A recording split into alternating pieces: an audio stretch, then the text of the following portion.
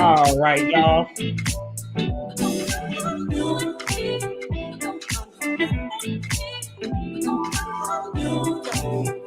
Let's start to wind this down a little. Start to wind that down a little bit, y'all, a little bit. Welcome, guys. Happy New Year, y'all. We're in 2023, baby. So y'all already know we got a new slew of movies coming up that we are going to talk about, guys. The most anticipated movies of 2023. Plenty to go through, guys. We're going to go through month by month and talk about every single major release. Just give a little, our thoughts on it. And then, rate it 1 to 10, how excited we are. We definitely urge you to participate down in the comments, guys. We're going to go January to December. Y'all, I can't wait. But hey, like I said, Happy New Year. Let us know, guys, what'd you do for the new year? How's everybody doing? How's everybody feeling? New year? Hey, I feel like New Year is saying me, guys. Don't it take another year to change? So I'm like, all right, look, we want to introduce some good, new, really healthy habits. But you got to do it for that whole year, baby. Just stay committed and know that if you got a goal, just keep on doing it, baby. You can do it. You can fucking do it, all right? But one more piece of advice, just believe in yourself first. Other people can't believe if you don't, right? So go ahead and believe in yourself, guys, because those goals are absolutely achievable. Y'all, I'm so happy to be here talking about movies. I took the week off. Took a little bit of time to just not make some videos for a bit, guys. I was a little tired. I got to admit, we got to the end of the year and I was like, I'm cranking out a video a day now. I got to just get a little time off.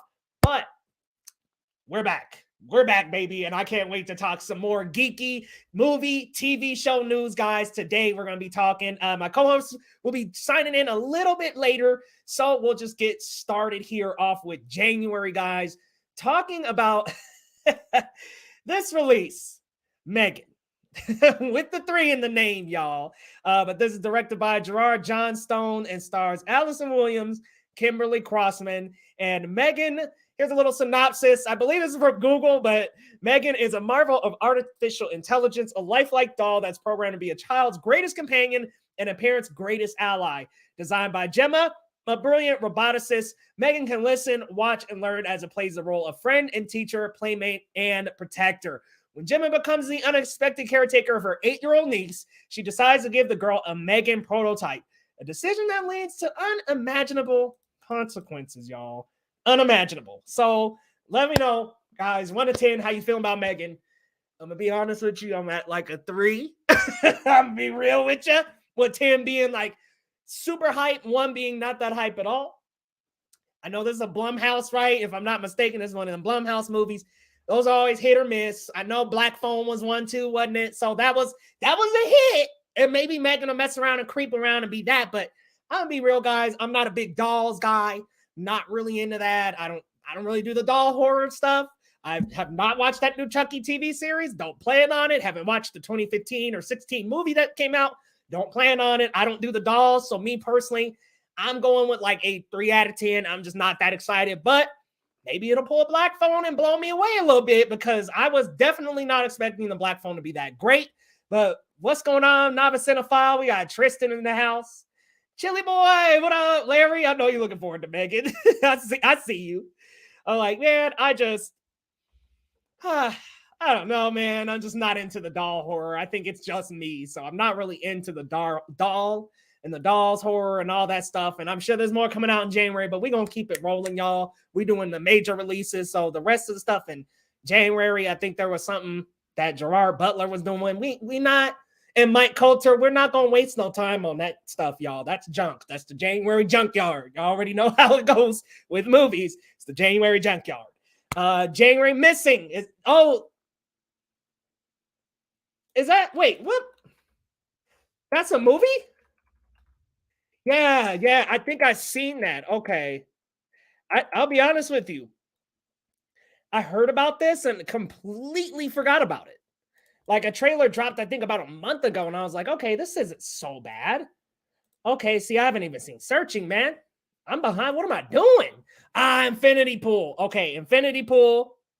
That's a 10 out of 10, baby. I don't know how that didn't make it on this list. Okay, Infinity Pool, 10 out of 10, baby. Like, I'm so hyped up. I just, yes. You put Mia Goth in any horror film now, I'm into it, baby. Like, look, I loved her in Pearl and X. I am so looking forward to the third movie in that trilogy. Brandon Cronenberg. What was his other film that he did? Possessor. Possessor was so good. Really love Possessor. I thought that was an underrated horror sci-fi crossover of the year that went under a lot of people's radars. Like that kind of released and it kind of came out of nowhere. But it was a phenomenal film. The sound design was incredible. Really good visual effects too. And these trippy, really weird like shots and things like that. These rotating shots that would introduce you in this weird kind of out of the ordinary way. Really, really good. Like I really enjoyed Possessor. So check it out. I'm sure it's streaming somewhere, probably on like Amazon Prime or something. But Possessor is Brandon Cronenberg, his second or third film. I think it might be his second, but I mean, David Cronenberg is a legend. So you already know David, his son, Brandon, got the magic. He got the juice, y'all. He got the touch. Yes, it does. iHeart Movies. It looks so good. Talking about movies we're stoked about coming out this year. Yeah, so welcome in. I think, is it Viv? I hope I'm saying that right. I'm going to say Viv for now. Please correct me. But we're just talking, going through every single month, seeing, like, kind of rating 1 to 10 how anticipated we are for each movie. We just got done with the Infinity Pool, and I'm moving into February, Viv. We're starting at February 3rd with Knock at the Cabin, which is directed by M. Night Shyamalan, stars Dave Bautista, Jonathan Groff. And a little synopsis here. While vacationing at a remote cabin in the woods, a young girl and her parents are taken hostage by 4 armed strangers who demand they make an unthinkable choice to avert the apocalypse. Confused, scared, and limited access to the outside world, the family must decide what they believe before all is lost. So y'all let me know down in the comments, 1 to 10, how you guys feeling about Knock at the Woods, or what is Knock at the Cabin? I'm thinking Cabin in the Woods. Knock at the Cabin. Let me know, because I'm a fat ass one. M. Night Shyamalan, I know you're not watching this stream, but if you just happen to catch wind, I'm sorry, my man. At The Last Airbender, I'm not anticipating none of your movies, man. Not any. At The Last Airbender, I'm sorry. The trust is lost. And then Glass came out, and Glass did not do any justice to Unbreakable and Split, in my opinion. And then what was that last one he just had out? What was that called? What was the one he just had out, y'all? I forgot the Old. I was like, I forgot the name of that movie. Old. rough as hell script. Nope, it's a no, man. It's 1, a flat 1. So let's move on to a couple more Fridays, y'all. That'll kind of stretch its legs and have a couple Fridays in there. Knock at the Cabin, maybe 6 or 7. Okay, yeah, Knock at the Cabin. All right. Yep. Got some Knock at the Cabin, though M. Night gonna let me down again. Larry, I don't even get excited anymore for M. Night stuff. I just don't. That's like 3 or 4 in a row, I think. So, okay, if we go Last Airbender. I'm lying because Last Airbender, Split was good. Wasn't there one between Split and Last Airbender?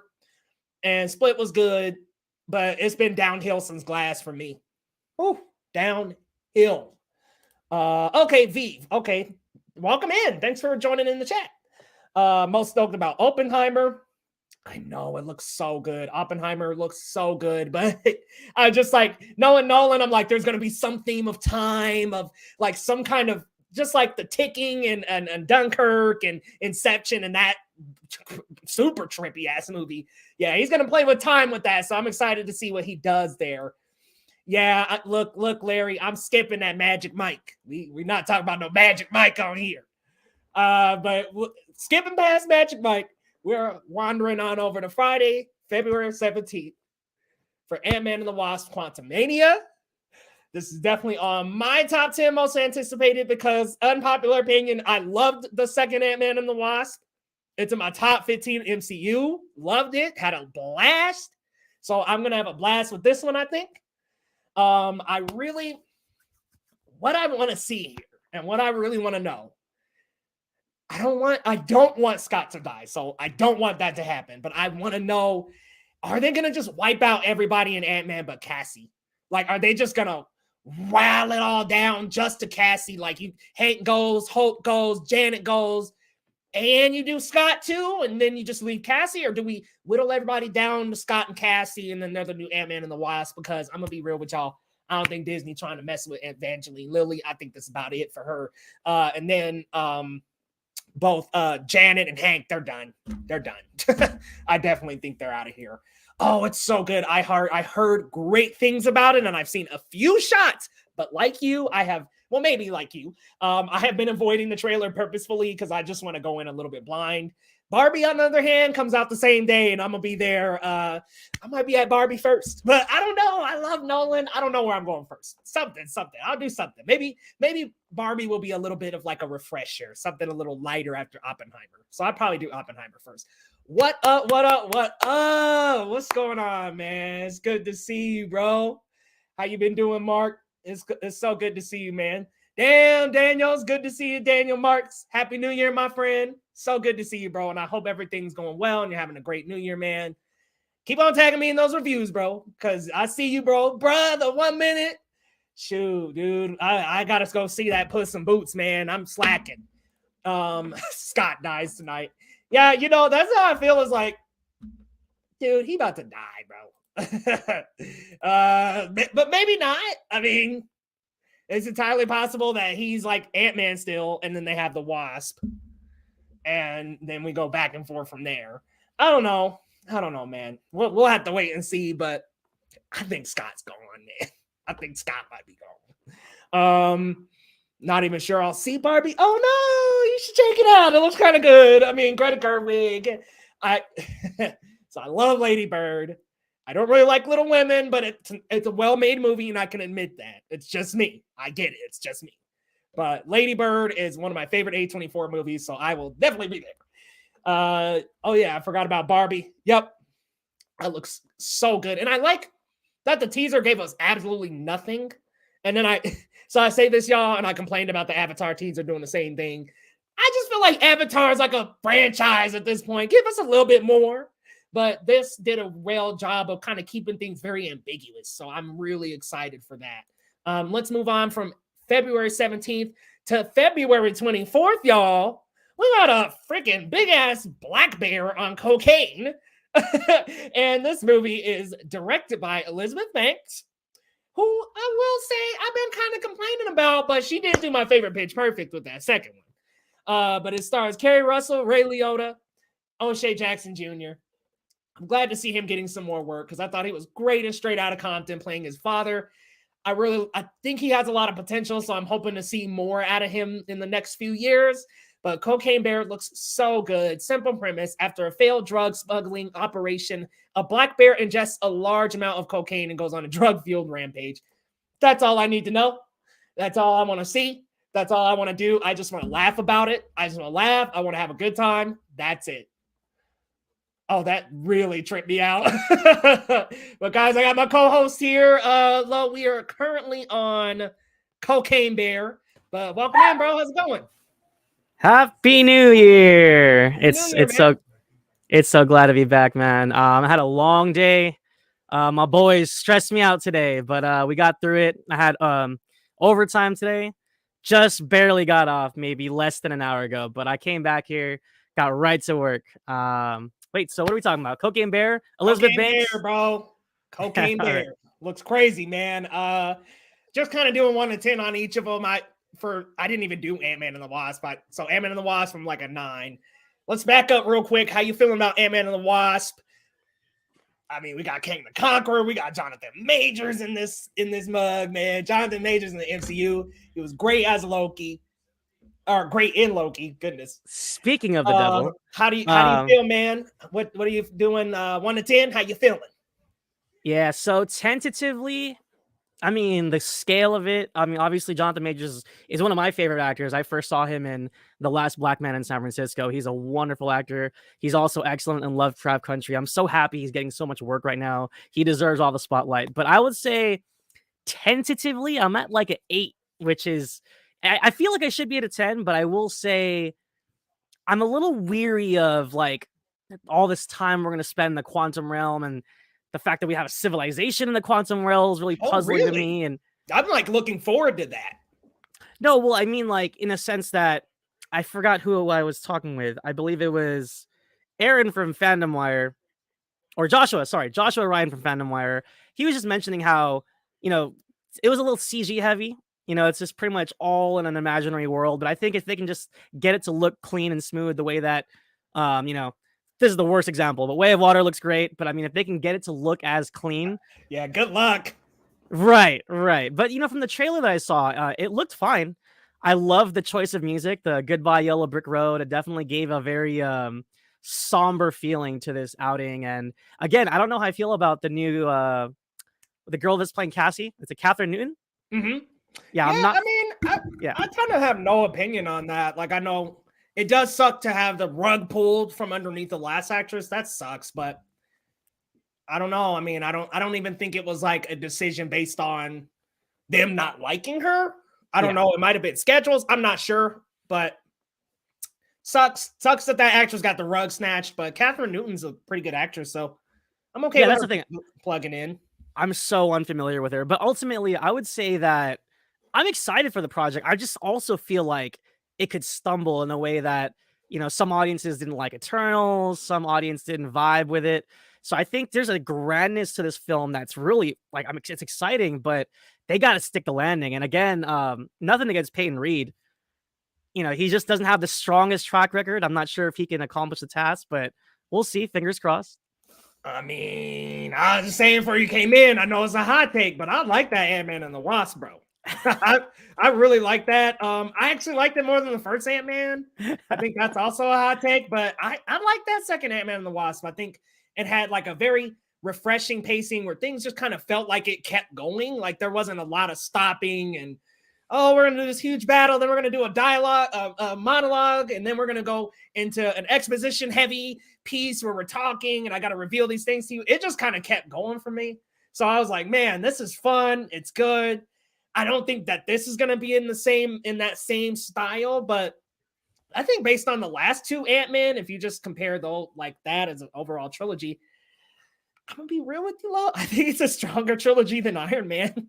Yikes. Okay. I mean, like, I respect the opinion. I couldn't disagree more, but Iron Man 2, Iron Man 3 in comparison to that first Iron Man, really fell off for me personally. I will take Iron Man 2 and 3 over Ant-Man and the Wasp by like 10 miles. What? But that's just me. Oh man, I That's gotta go just with me. Ant-Man and the Wasp easily over those. But we'll keep it moving here and go back to Cocaine Bear real quick. Get your thoughts on that one because I already shared. But everybody's All like right. really looking forward to Cocaine Bear. That one should be Hey, that's crazy good to hear, good. Larry. I again, I don't know. I can't judge Elizabeth Banks as a director, but I like the tone of the trailer. I didn't finish it because just I had the feeling it was one of those trailers that showed the whole film, but from like the first like 30, 20 seconds or so, I was interested. I think it's just fun. The concept of a bear just being crazy off coke is just hilarious. And I think they're gonna play into like this horror comedy style that I think it could surprise audiences. Nobody asked for this film. Nobody, it's probably one of the most bizarre films I've ever heard of, but for that very reason, I'm excited. Dude, I'm like, nobody asked for it, but you know what? I'll take it. It's one of those where it's like, they're just gonna release it. All right, cool. You know what? Probably not gonna go hardcore on the review. Even I'm just gonna be there. I just want to be fun and stupid. I don't even care. I don't really need quickly, an award-winning script. I don't even need a great, fantastic set of cinematography. It could be as generic as plain day. As long as this is fun as hell, that's all that matters. Like, look into this bear's soul right now, man. Look into his eyes. He's just like, I don't know what's going on, but I'm gonna fuck shit up. But I'm gonna fuck shit up. That's what I want to see, man. Daniel Marks let the comment say it's a true story. Yep, this is based on a true story. I do want to read the account of what happened with all that before I go see the movie. That's for sure. But let's get moving on to, I think we're on to March now. Yep, we're starting March hot, baby, hot. March 3rd, we are moving into Creed 3, which, holy smokes, man, I am so looking forward to this. Speaking of Jonathan Majors, back-to-back months, this man is going to clean up shop. He's got also the movie at Sundance premiering, which I think will be January. So I'm like, this man is going to be seen on screen January, February, and March. February and March, I'm assuming those are going to be really good. Just looking at his chemistry with Michael B. Jordan in the trailer alone looks awesome. But what I'm really, I should probably be more nervous, but I'm not. Another thing I'm really anticipating is Michael B. Jordan's direction. I really want to see what he can do behind the camera and see how it's going to be with him directing himself and Jonathan Majors and what he can bring out of him in that performance. I mean, Majors looks ready to go. So I'm really excited for this one, man. It looks like it's going to be a lot of fun. I kind of have a little bit of a theory that Donnie might lose here and that they will do a Creed 4 and he'll come back. But I don't know. Maybe it's a little too late in the franchise to do that. But I'm sitting at like a heavy 9 out of 10 for this one, man. How you feeling? Creed 3, March 3rd. 1000% agree. I am also at a 9, tentatively, because again, we don't know about Michael B. Jordan's directing style, but his trajectory with this film and in general, it mirrors Sylvester Stallone. He directed Rocky 3. Yep. And I think it could play a very similar path. In that film, Rocky lost his belt. He had to scramble. He had to deal the death of Mickey, and then he scrambled back, and he got the eye of the tiger to defeat Clubber Lang, Mr. T. He pitied the fool. So of course, it's not the same character, it's not the same story, but I think it might mirror that third film in a way that I could see him losing here. And I think that'll make for a lot of drama. It'll make for an interesting plot line, especially for Adonis's character in particular. I'm not sure how Rocky will play into this story, if he is at all. Is Sylvester Stallone in the cast? I don't think he's in this one.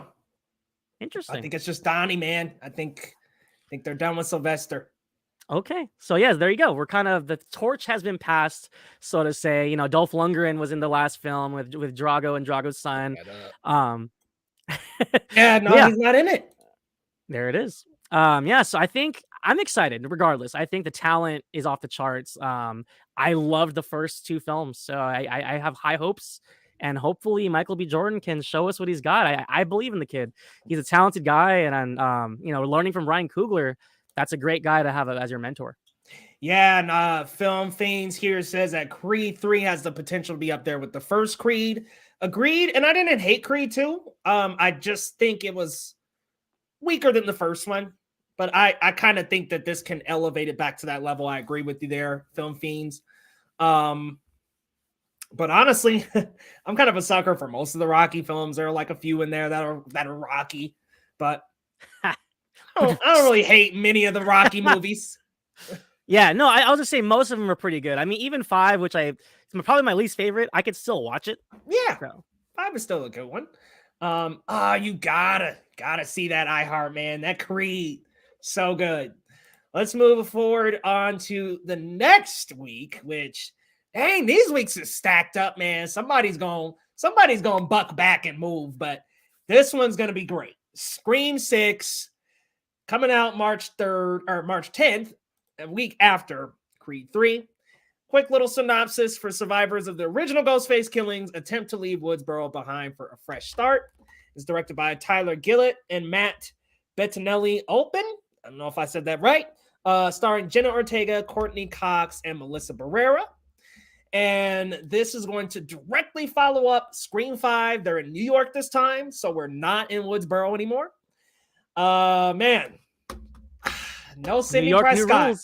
No Sidney Prescott, man. This is gonna be a little bit weird, ain't it? You gonna have Scream without Neve Campbell? How do you feel? Oh, I'm excited. I mean, as much as I thought that she deserved the world, I know there was like a contract dispute. I think financially she didn't feel properly compensated to be in this film. But regardless, I'm excited for the direction it's gone with the teaser that we got on the subway, the new poster we got with the subway lines showing the timeline of every single kill in the franchise to create the ghost face with a subway like rainbow colored map. I thought that was really cool. I think it's exciting to get out of Woodsboro. I think that's what you have to do when these franchises get too long. You got to spice up the formula. You got to switch things up. And as much as I want to know what's going on with Sydney, I think these cast of characters, they're all great young actors. I think they can carry their own. And I'm really excited to see who makes it out of this one, because with every sequel, you know, the survival group gets a little bit smaller. Mm-hmm. There's a lot of characters in there right now. So fingers crossed they leave the Meeks alone, Mindy and her brother. But we'll see. Gosh, that trailer is already like attacking Mindy. I'm like, leave Mindy alone, man. Like, come on, get back off Ghostface. But there's some cool like nuances to this one. There's multiple ghost faces on that train, which could be a dream sequence. We don't know yet, but there's multiple ghost faces on that train. The one that does confront Mindy has like an older mask and like a little bit more of a raggedy robe. So it very well may be like a throwback or a reference to a former killer, or maybe a former killer anyway. Lots of speculation and theories already. Looks like it's going to be a lot of fun as usual. Like you said, this new cast of characters does look like it's, I mean, they're a good cast. We saw them in Scream 5, but I'm kind of curious. I don't know. I think I feel this coming, and maybe not, but I kind of feel like Jenna Ortega might slip into that lead role in the next one.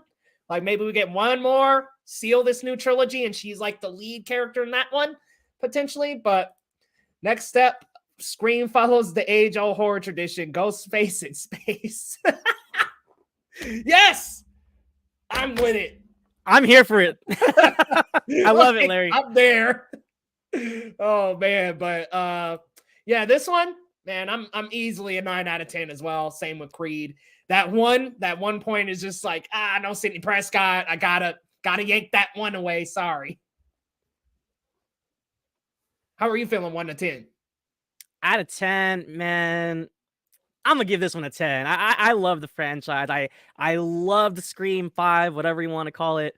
I'm excited. I'm really excited. I think my only concern is the last film didn't have enough chase for me, which I think is so vital to the franchise. I mean, a part of a lot of that's Wes Craven's vision, but I mean, like the chase is everything. I think we got to have a little bit more thrills in that department of them running from Ghostface. I think that'll be fun. Yeah, and through New York, holy smokes, that's gonna be a big city, and if we got multiple ghost faces like running around, shit, it's gonna get crazy really, really quick. Let's move on to Shazam: Fury of the Gods, March 17th. A little bittersweet with any of these DC releases at this point, because it seems like they're pretty much up in the air, man. There's no clear answer when it comes to Shazam and where this fits in and the new DCU, whatever. But hey, I enjoyed the first one. How you feel about this sequel, man? Shazam 2. I'm gonna be honest. And this is just coming from a guy that wasn't terribly fond of the first one. And after Black Adam, I've been really losing my interest in this franchise, or not this franchise, but this universe of characters that we're talking about here with the whole wizard powers and all that. They look great. Don't get me wrong, they look great. I'm at like a 5.5 if I'm being nice. Damn. Yeah, for me, this is actually, I hate to say this too. I really hate to say this. This is my most anticipated DC movie of 2023. I wanted it to be The Flash, but I mean, problematic McGee. I'm not about to put The Flash as my number one. It's now my number 3. Breaks my fucking heart because that's my favorite DC hero and Green Lantern, but whatever. Shazam, Fury of the Gods, looks like it could be good. I mean, I unpopular maybe. I don't think so. I think a lot of people enjoyed Shazam. I liked it. I thought it was a comedic, fresh, cool, nice, fun movie for the DCEU lineup. I wanted their movies to feel a lot more individualistic because I think you had BVS, Man of Steel, Justice League, that's a whole nother. But those two, they felt so similar in style. I think Suicide Squad tried to be color, but it still tried to hold a little bit of a similar style. I like that this broke out and felt like its own. Shazam, the first Shazam, broke out and felt like its own, like it was trying to do its own thing. I know people will say, oh, it's trying to be Marvel, but that character can be a little more goofy anyway. So I think it was trying to go for a lighter tone, not necessarily copy Marvel, but it was trying to go for its own individual tone. And so that's what I admire about this and Aquaman. They felt so unique and so wrapped up in their own thing. I even felt like even Wonder Woman, I really like the first Wonder Woman. 84 is another story, but I feel like even the first Wonder Woman kind of felt like that little bit of Zack influence, and I like that this stepped away from it. So for me, I'm like an 8 out of 10, which is I want to be very a 10 well out said of 10 though. for You one hit of the some very good points. I do appreciate how different this was from the rest of the DCEU. Yeah, it was very individual and on its own. But yeah, Shazam, Fury of the Gods. We will move on to, oh baby, March 24th, man. John Wick Chapter 4. Holy moly. I'm gonna have to pause that one. Very excited for that one. Quick little synopsis on this one.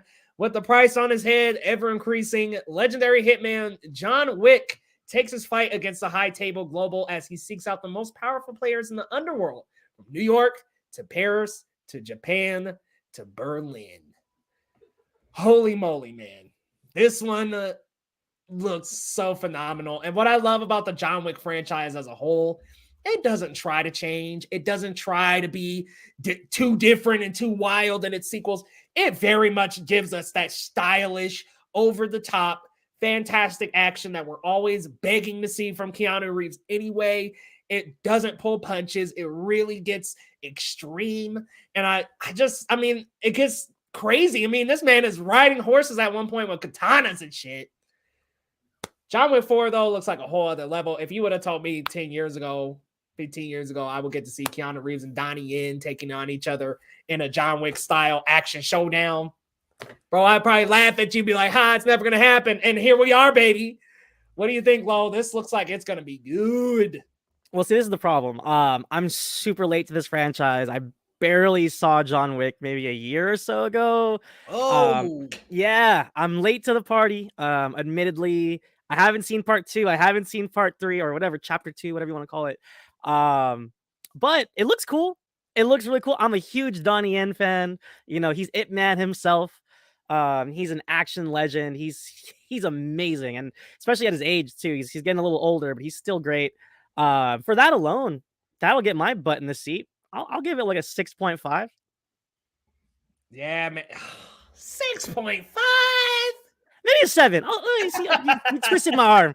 You twisted my arm. I'll give it a 7. I had to test it. I love it there, man. Give you the arm twist burn from elementary school. I love it on that one.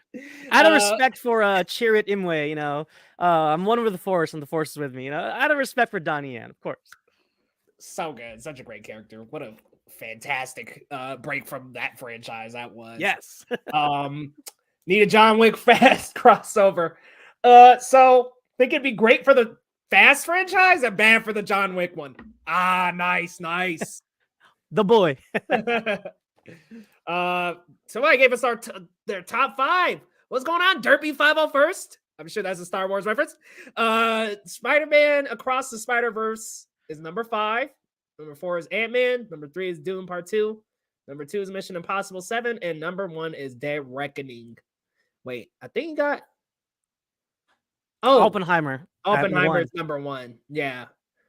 7. Okay, so 2 is Mission Impossible 7, Part 1. Okay, gotcha. Yeah, he's got too many numbers in there. Yeah, I was like, oh man, that 7 threw me off. But yeah, good list. Looking forward to each and every one of those. John Wick, I'm going 10 out of 10, baby. I mean, Wick versus Donnie Yen. Oh man, shit, man. If you check out them other 3 or other 2, you'll see, man. You'll be on cloud 9 here because this shit is just so much fun. Anything that spanned after it, so nothing. I love Charlize Theron, and I actually really like Atomic Blonde, but it's totally like a John Wickian type of movie. Like John Wick kind of came out with a new style, and it's having its influence and its little heyday right now. So isn't that the same director, David Leitch, whatever? I mean, he did Bullet Train as well, right? So Chad Stahelski is doing this one. Okay. And I think David did 2 or 1. Yeah, I think he did the first one. Yeah, I think he might have did the first. So yeah, he did do that, but it's very John Wick. He brought that style to another thing. Did he do Bullet Train? I thought that was the Deadpool guy. See, I'm actually confused. I thought they were the same guy. Let me see. Bullet Train was David Leitch. There you go. Yeah, so but yeah, John Wick Chapter 4. Sorry. I'm like all over the place. But let's go to Dungeons and Dragons, March 31st. Chris Pine, Justice Smith. How do you feel about this one, man? I'm not a big fantasy guy, so I'm gonna toss it to you. Because I know you enjoy fantasy. I know you like that Lord of the Rings, baby. I do too. But when it comes to fantasy, I'm kind of removed. So how do you feel about this one? So when they announced this, like, I don't know, a year or whatever ago, I was like, what? But then in my back of my mind, I was like, okay, there's literally thousands and hundreds of thousands of Dungeons and Dragon players, like kids from the 80s, like the kids from Stranger Things. There were really kids like that playing Dungeons and Dragons. This was a huge deal. That wasn't me. That was actually past my era. I was a little toddler when that was happening. But I will say this. The trailer blew me away. I love Chris Pine. Michelle Rodriguez is great. What's his name? Justice Smith, I think. That's him, right? He was in Detective Pikachu. Yep. Him and Catherine Newton. Yeah. And then we got Hugh Grant, I believe. And man, the trailer blew me away. It looks fun. Again, this is kind of in the vein of Cocaine Bear for me. It's like a B movie. I'm not expecting Dungeons and Dragons to win any awards or anything. It's not that caliber movie. It's a popcorn flick. It's a summer flick. And I'm here for it. I mean, I'm not going to cash out for it, but I'm willing to see it. I'll tentatively give this one a 7.5. 7.5. All right. Yeah, it's got a good cast, and I actually haven't seen the trailer. Yeah, the trailer has a good vibe to it. It's like it has a heist vibe, and the humor is fun. Cool. So I like that. I think just based off the poster, the cast, kind of like a 4. And the only reason is just because, I mean, I'm just not a high fantasy dude. And yeah, if we're gonna be like on in a high fantasy world, I'm very, very picky when it comes to that stuff. I'm pretty much like Game of Thrones or die type of Lord of the Rings. I didn't like that Rings of Power that much, man. I really wanted to like that a little bit more, but yeah. I'm hoping. I mean, hey, with that cast, man, it's gonna be a blast, though. You're right. It's a popcorn flick. It's gonna at least be entertaining. I was gonna say it definitely looked like it probably could have went to streaming, but at the same time, you know, they got some a little bit of budget, a little bit more than your typical Netflix fare. But you know, we'll see. Oh man, film fans get it. See you too low. John Wick versus Donnie Yen. That's gonna be sick as hell. Cha-ching. We will head to April. April 7th, the Super Mario Brothers movie with Chris Pratt, who sounds like a crazy Mario with that accent he's got going on there, and Charlie Day. Also, Jack Black, Anya Taylor-Joy, and Keegan-Michael Key. A plumber named Mario travels through an underground labyrinth with his brother Luigi, trying to save a captured princess. Yeah, you know, that Chris Pratt voice ain't doing it, but gosh, the design looks really beautiful. I mean, this Rainbow Road shot is just gorgeous, man. And Mushroom Kingdom looks good. Bowser's definitely like top notch. Like Jack Black's really bringing it. I think Mario and Peach are underwhelming voice wise, but I don't know, man. Do you think that could hurt the movie for you, or do you think you could just sink into it once you see it? How you feeling?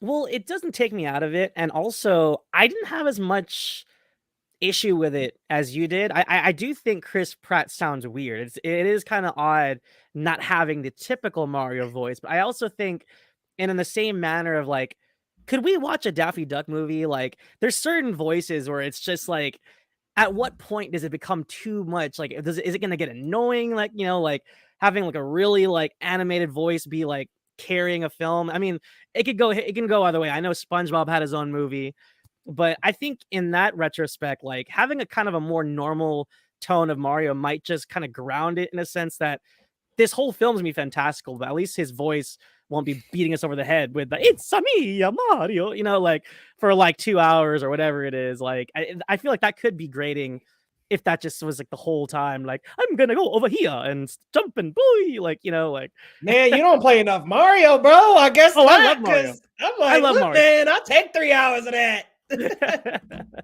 I feel that. I think though, like what I was kind of looking for was like a Ben Schwartz Sonic.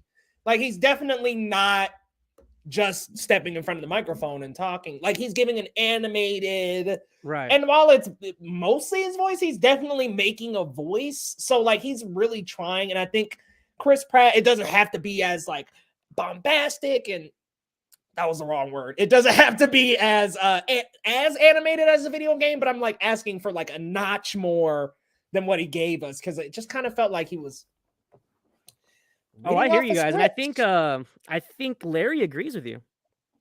We could hire actual. Yeah, I'm with you, Larry. I think that it would be nice to like really get actual voice actors in. They got the voice actors from Tales in the second movie, so I think it would be cool to like incorporate some of the original voice actors too where they can. Wondering about Knock at the Cabin. What's going on, John Lee? Wasn't a big fan of Old. Yeah, I was not. I've heard the book, the film is okay. So I didn't even know it was based on a book. Cool. Yeah, that's coming up, right? I'm like, I think we have that on our slate. We do. Somewhere. We actually went past that one, but we can circle back around to it. I gave a scathing little piece about how I feel about M. Night Shyamalan. So, but let's head to April 14th with Renfield, which Renfield, Nicolas Cage is Dracula. I mean, seriously, Nicholas Hoult. Look, man, I mean, Dracula's henchman, Renfield, wonders what life would be like without serving his dark master. It's Nicolas Cage. I'm going to be there. I'm going to be laughing. Like, I don't really need anything else. I'm like, this little synopsis, this photo. They can not even do a trailer, and I'm showing up. The massive weight, the unbearable weight of massive talent. Loved it. Mandy, loved it. I mean, he's had a hell of a run lately, so I'm there, man. How you feeling? Oh, this is a 10, baby. Like. This is a 10, baby. We're talking about A, B, C, D. Come on, we're talking about classic Nick Cage, baby. This actually hits a lot of different notes for me. Like, I love the original 1931 Dracula. The whole Universal movie monsters from the 30s and 40s. I love that era of film. So I think it's a little bit of a play on that. But also, I just think Nick Cage's Dracula is probably just looking at the photo. It just looks like hilarious. Like, I just know it's gonna be a good time. I don't know much about the director or much of the story other than that little synopsis we got, but I'm here for it. I think Nicholas Holt's great too. He's an underrated actor as well. I loved him as that was him as Beast, right? Mm-hmm. Yeah, he was awesome. Yeah, he was Beast, and what was the other thing he was in? He was recently in The Menu. There it is. Really there it is. Yeah, he's got some chops to him. So I think this pairing, I mean, he's not quite Pedro Pascal, but I think this pairing is gonna pair well, and I think the comedy is gonna be off the charts. I love a good horror comedy. Shouts out What We Do in the Shadows, Yeah, Shaun of the Dead, good, dude. So when horror comedies, yep, when it's at its best, it's so awesome. So this could be another addition to that catalog of films. Yeah, that very, very good observation there. Like, yeah, it could just really play and riff off that horror comedy that has come before it. And honestly, knowing like Nick Cage and maybe he's producing this a little, like I could see like some nice little like references and stuff in there. Like that would be really funny to squeeze in. What's going on, Perp Minded? Welcome in, bro. Good to see you, homeboy. I didn't know Aquafina was in it though. Oh, that's awesome. I love Aquafina. All right, let's do it. I'm down. Can't believe there's going to be another Equalizer. Okay, I didn't hear about that. Wow. All right. He's dropping facts. Yeah, I'm like, oh, shit. I did not know about that. Well, we'll move on to May with Guardians of the Galaxy Volume 3. Of course, directed by James Gunn, Chris Pratt, Zoe Saldana. The whole cast coming back. Bradley Cooper, Vin Diesel in 2 movies in May. And Dave Bautista. As we got a full cast here. We got Gamora back, which is great. No plot details though. And I'm glad we're kind of speculating based on the trailers. And I like when they don't release the synopsis ahead of time. Like, let me just kind of go in a little bit blind, man. Marvel kills us with these trailers. So it's like, how about we just go in speculating? Kind of seems like they're hinting, nudging that the whole team ain't making it out of this movie. Somebody might die. Some people think Rocket, Drax, the whole crew. I don't know. How you feeling about it, Loretto? Oh, man. I'm trying not to give out too many 10s, but this is a 10 for me. Volume 2 is in my top 10. Volume 1 used to be in my top 10. It just, over time, as more movies came out, more movies jump in the top 10, some stuff falls out. But at one point, these are top 10 MCU films for me. I think James Gunn really brought these C, even D characters, if you want to go far down the tiers. Like, these are characters nobody knew about. Nobody knew who freaking Groot or, Drax the Destroyer was. Maybe diehard comic fans, but casual audiences had no clue. I just liked what he did with this series. I think he's gonna knock out the park with his finale. We've seen with all the other MCU trilogies, like going to Civil War and all the other great third entries in the films, like Ragnarok. Yeah. It has potential to really bring it home for these characters. I don't know what's happening here. We're entering the quantum realm in Leah's eye. But I think I think we are going to lose somebody. I don't know if we're going to lose the whole team. I don't know if it's going to be 2 guys or 1 person or what, but we're in for some grief here. And I think anyone that's attached to these characters is in for, bring the tissue boxes, be ready. You're going to be in for an emotional roller coaster. Even just the teaser it's already given this that vibe. It looks like Rocket's like damn near like dying on his back. He's talking about flying into the never. There's a shot of Drax. Like he looks like he got shot. There's a shot of Star-Lord screaming. Obviously he lost somebody. Yeah, it's exciting. I'm here for it. This is a 10 for me. I can't wait for this. This might be the movie of the year for me if it's that good, but fingers crossed. I don't want to jinx it. So did I hear Guardians of Galaxy 2 over 1? Is that what you're doing over there? Yeah, I'm like, hold on now. Yeah, man. Look, they're both great. Volume 1 especially, I think, was a great introduction for them. But I think Kurt Russell, Yondu, and his bond with Chris Pratt, Star-Lord, and the whole father-son, he was your father, but I was your daddy kind of thing, and the Ravager's funeral and the humor in Volume 2, I just loved it. It just elevated it. It took everything in the Volume 1 was great, and it just elevated it for me, at least for me. So y'all remember earlier when Lo was talking about Iron Man 2 and 3? Better than Ant-Man and the Wasp? You're still on that? Oh man, no, Guardians 2. I think Guardians 2 actually gets way too much slander. I'm like, dude, it actually kind of like I think it just gets a little too much slander. I'm like, yo, that's a good. I thought Guardians 2 was a great follow-up to the first one. I'm just like, two of them. Also, What? let me say something really quick. I'm sorry, Ant-Man and the Wasp is like literally at the bottom of my MCU list. I'm sorry. Like, That's how I feel about Iron Man 2, man. I just gotta say it. Like that's why I'm like that. I did not care for that one. It felt very episodic, but Oh, damn, Larry. I get it. All right. Got bottom 5. That's too That's low too harsh. now. Yeah, that's harsh. Bottom 5. Bottom 5. Okay, we'll move on from MCU, but I got to give this a 10 as well. By the way, I mean, like, look, those first two were amazing. I already know the freaking music is gonna be great. Like, let's fucking do this, baby. I'm excited. I kind of think, I don't know, man. I think everybody might die. Yeah. No, I actually had that thought the first time I saw the teaser too. I was like, oh shit, they're all going to the never. They're all piecing out. So Yeah, I think it might be like, you said it yourself, bitch. We're the Guardians of the Galaxy. Boom, like. yeah, and you know, it'd be kind of like almost not ironic, but almost like fateful in a way because it's like bye to them, but also bye to James Gunn. He's the new head of DC, and maybe this is his last hurrah in the MCU. Yeah, last hurrah, man. Last hurrah before he moves on to DC Studios, and hopefully he can clean up shop over there because they need it. Moving on to May 19th with Fast X, part 1 of 2. No plot yet.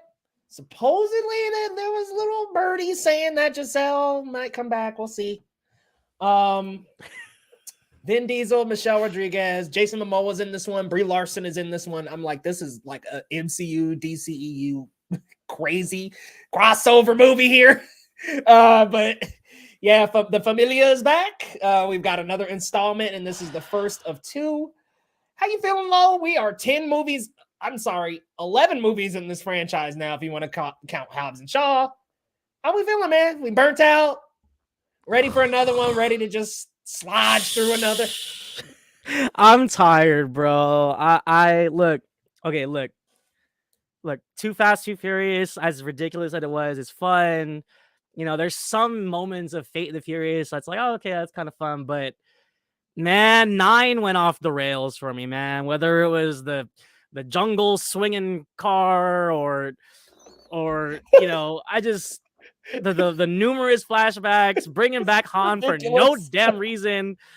You know, and look, you know what it feels like? Look, it feels like they're throwing anything at the wall and just seeing what sticks. Like, oh, everybody likes Jason Momoa. Oh, let's put him in the movie. Oh, let's bring Giselle back. Gal Gadot's hot.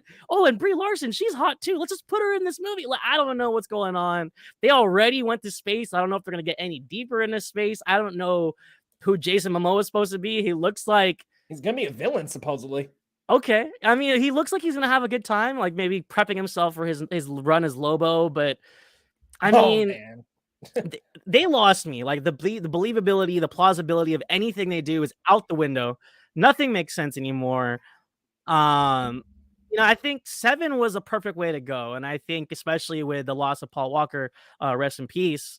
I think they should have just let this franchise die. Like, oh my goodness, like I just don't know how many more times we can get the Familia together. I mean, how many more times can we get this random villain to piss everybody off? And I don't know. It's just, I'm tired, bro. I had a lot of fun, you know, with 4 and 5 and 6, but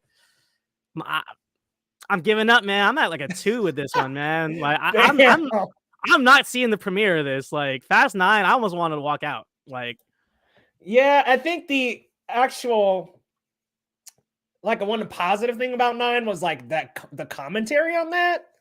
Like whenever it went to Tyrese and Ludacris and they were like riffing back and forth about, oh, how do we keep on surviving and stuff like that. I think that was actually a pretty good play on that. Like, and I was like, okay, there's something good in this movie is the commentary on how this is getting so stupid and so ridiculous. How do we keep surviving? How do we keep getting through this stuff?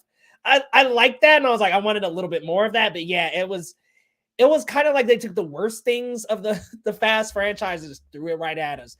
Fucking random ass flashback scenes with Dom's son or Dom, a younger Dom, and all this weird CGI body stuff that's going on with Vin Diesel now. Like, I was like, man, okay, we're at the end of the rope. And I actually really like this franchise a lot. I really liked Hobbs and Shaw. So I'm with you. I do think it should have ended at 7, but I'm kind of glad it kept going because we did get Hobbs and Shaw. 8 was pretty good. I actually really liked the Fate of the Furious, even though comparing it to 5 or 6 or 7, it's nowhere near those.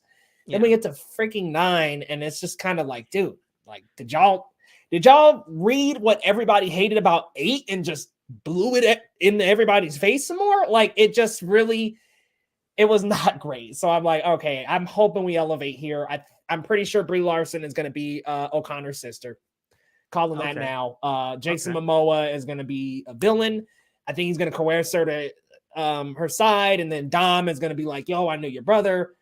That'll bring her over to their side. We'll finish with Brie Larson racing with them. Look, man, I'm telling, like, this is probably exactly how the freaking movie's going to go. Gal Gadot, love ya. Didn't need her back. I would love to get Giselle back. I actually do like that character a lot. I liked her in Fast 6 a lot. It was sad to see her go out, but I mean, everybody's like, oh, how is she going to survive? I'm like, bro, Han survived. I mean, they messed with a camera angle and said, oh, he got out, guys. So I don't find it too far unbelievable. Kind of feels like this is the DCEU graveyard, though. In terms of actor. Yeah, Gal, and back, Jason. You know what cracks me up is that my favorite part of Fast 9 was literally like one of the most ridiculous things like ever. It was the Tokyo Drift Boys with Bow Wow sending Ludacris to space. Like, what? Like, but that was my favorite part. Like, it was fun and like silly kind of fun that, you know, everything else was just kind of a bore. So yeah, I feel that, man. I feel that 100%. Oh no, it's coming out on John Lee's birthday. Geek. Let's move on to The Little Mermaid, which is the day after my birthday. A month and a day after my birthday. I'm that tired. Little Mermaid, which has music by Lin-Manuel Miranda, stars Halle Bailey and Melissa McCarthy. And it's the same story, really. Ariel under the water, discovering her self-discovery and yada yada. I'm really looking forward to Halle singing. Ooh, I don't know about no Melissa. Wait, McCarthy, hold up. Do you like not like the first one? Because like your enthusiasm right now is like, it's the Little Mermaid. Whatever.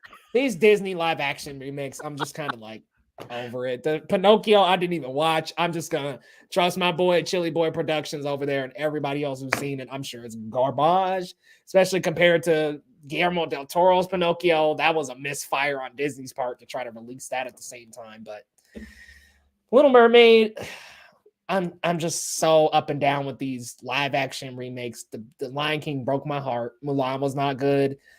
Dumbo was terrible. Aladdin was good. I'm not crazy about Aladdin, but I don't blame people who are. It was fun and really cool. Mina and Will played off each other well. I thought Mina alone, though, in the beginning of the movie was a little weak. But yeah, man, I'm mad about this. How you feel about it, man? Because Halle and Lin-Manuel Miranda, really excited about that. Everything else, whatever. Melissa McCarthy, really. Yeah, and I mean, I'm tentatively at like a 6. I really, really love the first film. And I think Halle Bailey's inspired casting. The internet's dumb for tripping off the whole why is there a Black Mermaid? I think that's the stupidest thing I've ever heard in my life. But you know, Melissa McCarthy as Ursula, I think, is inspired. I know some people don't like her, but I think she's a lot better than people give her credit for. Oh, you don't like Melissa McCarthy? No, sir. Her and Amy Schumer are in the same boat for me. Oh man, I've seen them in a movie, not squirm. I'm sorry. I'm sorry.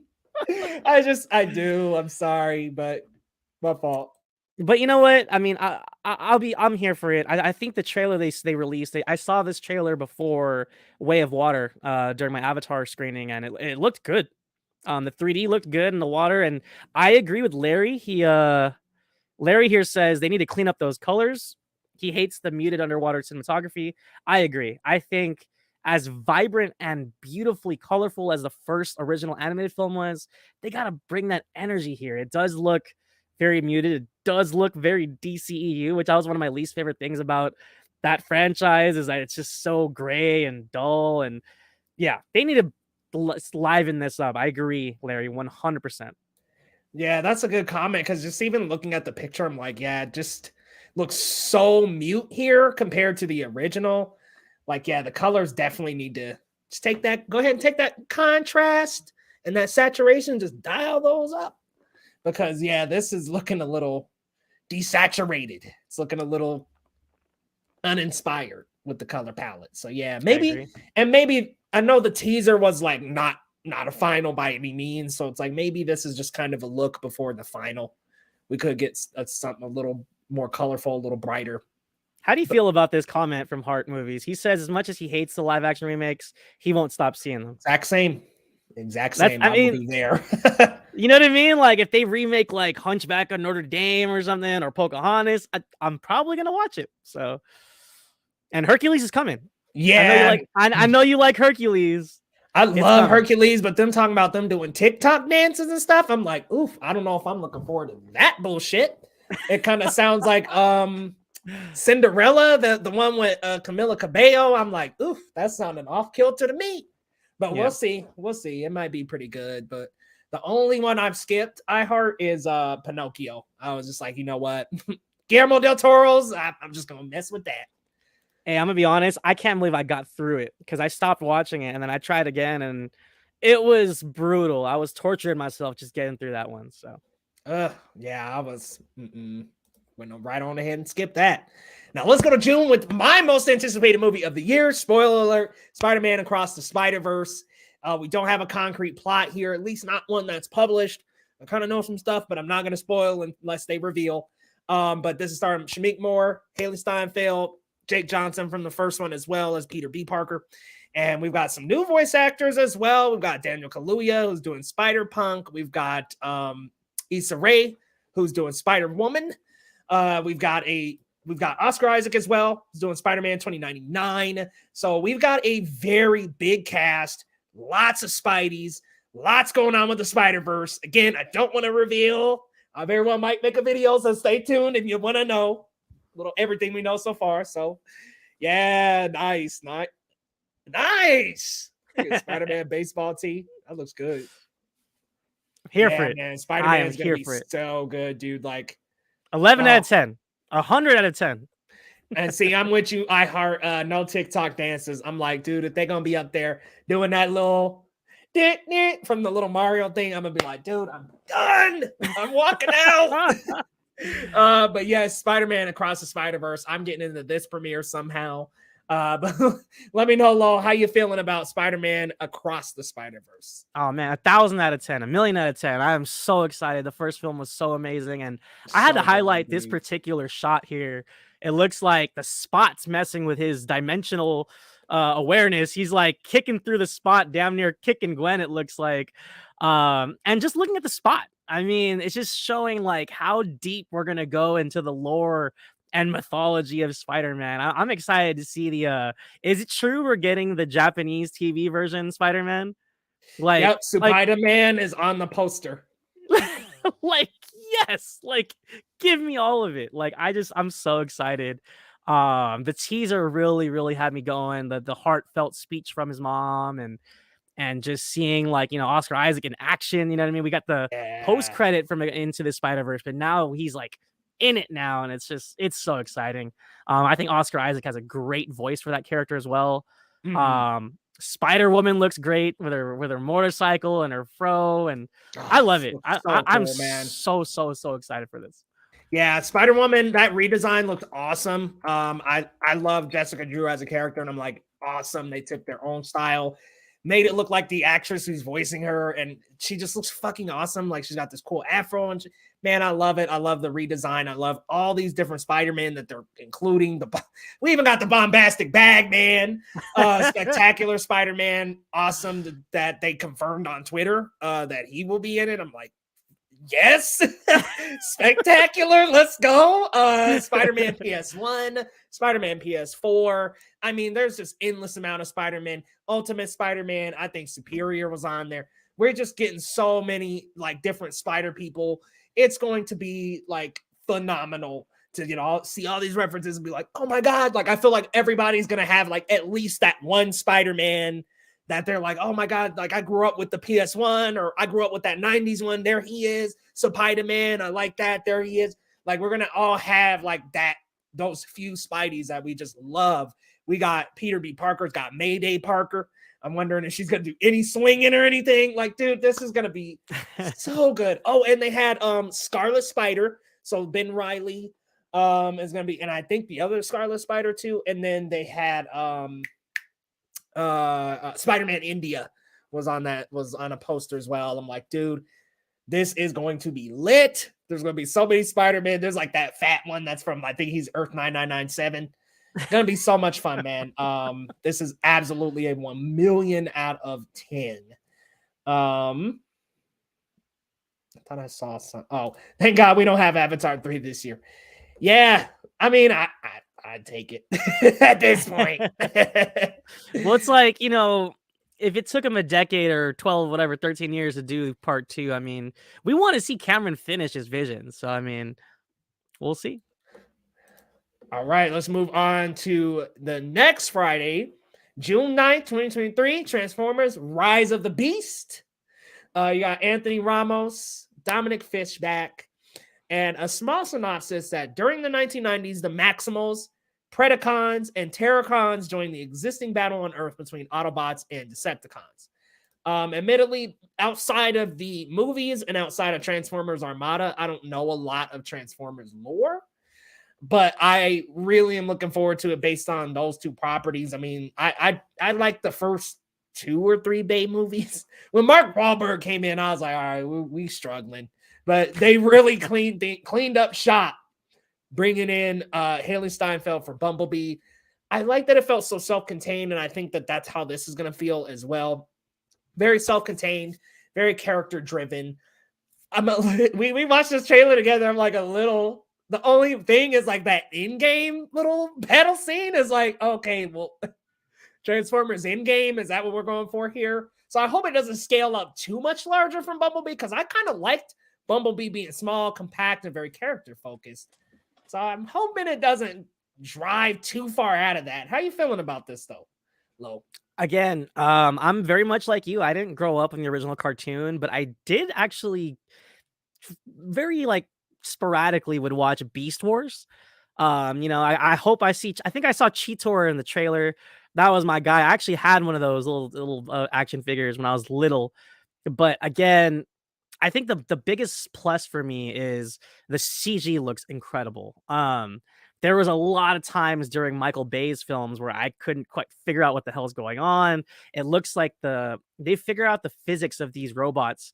It looks a lot cleaner when they transform.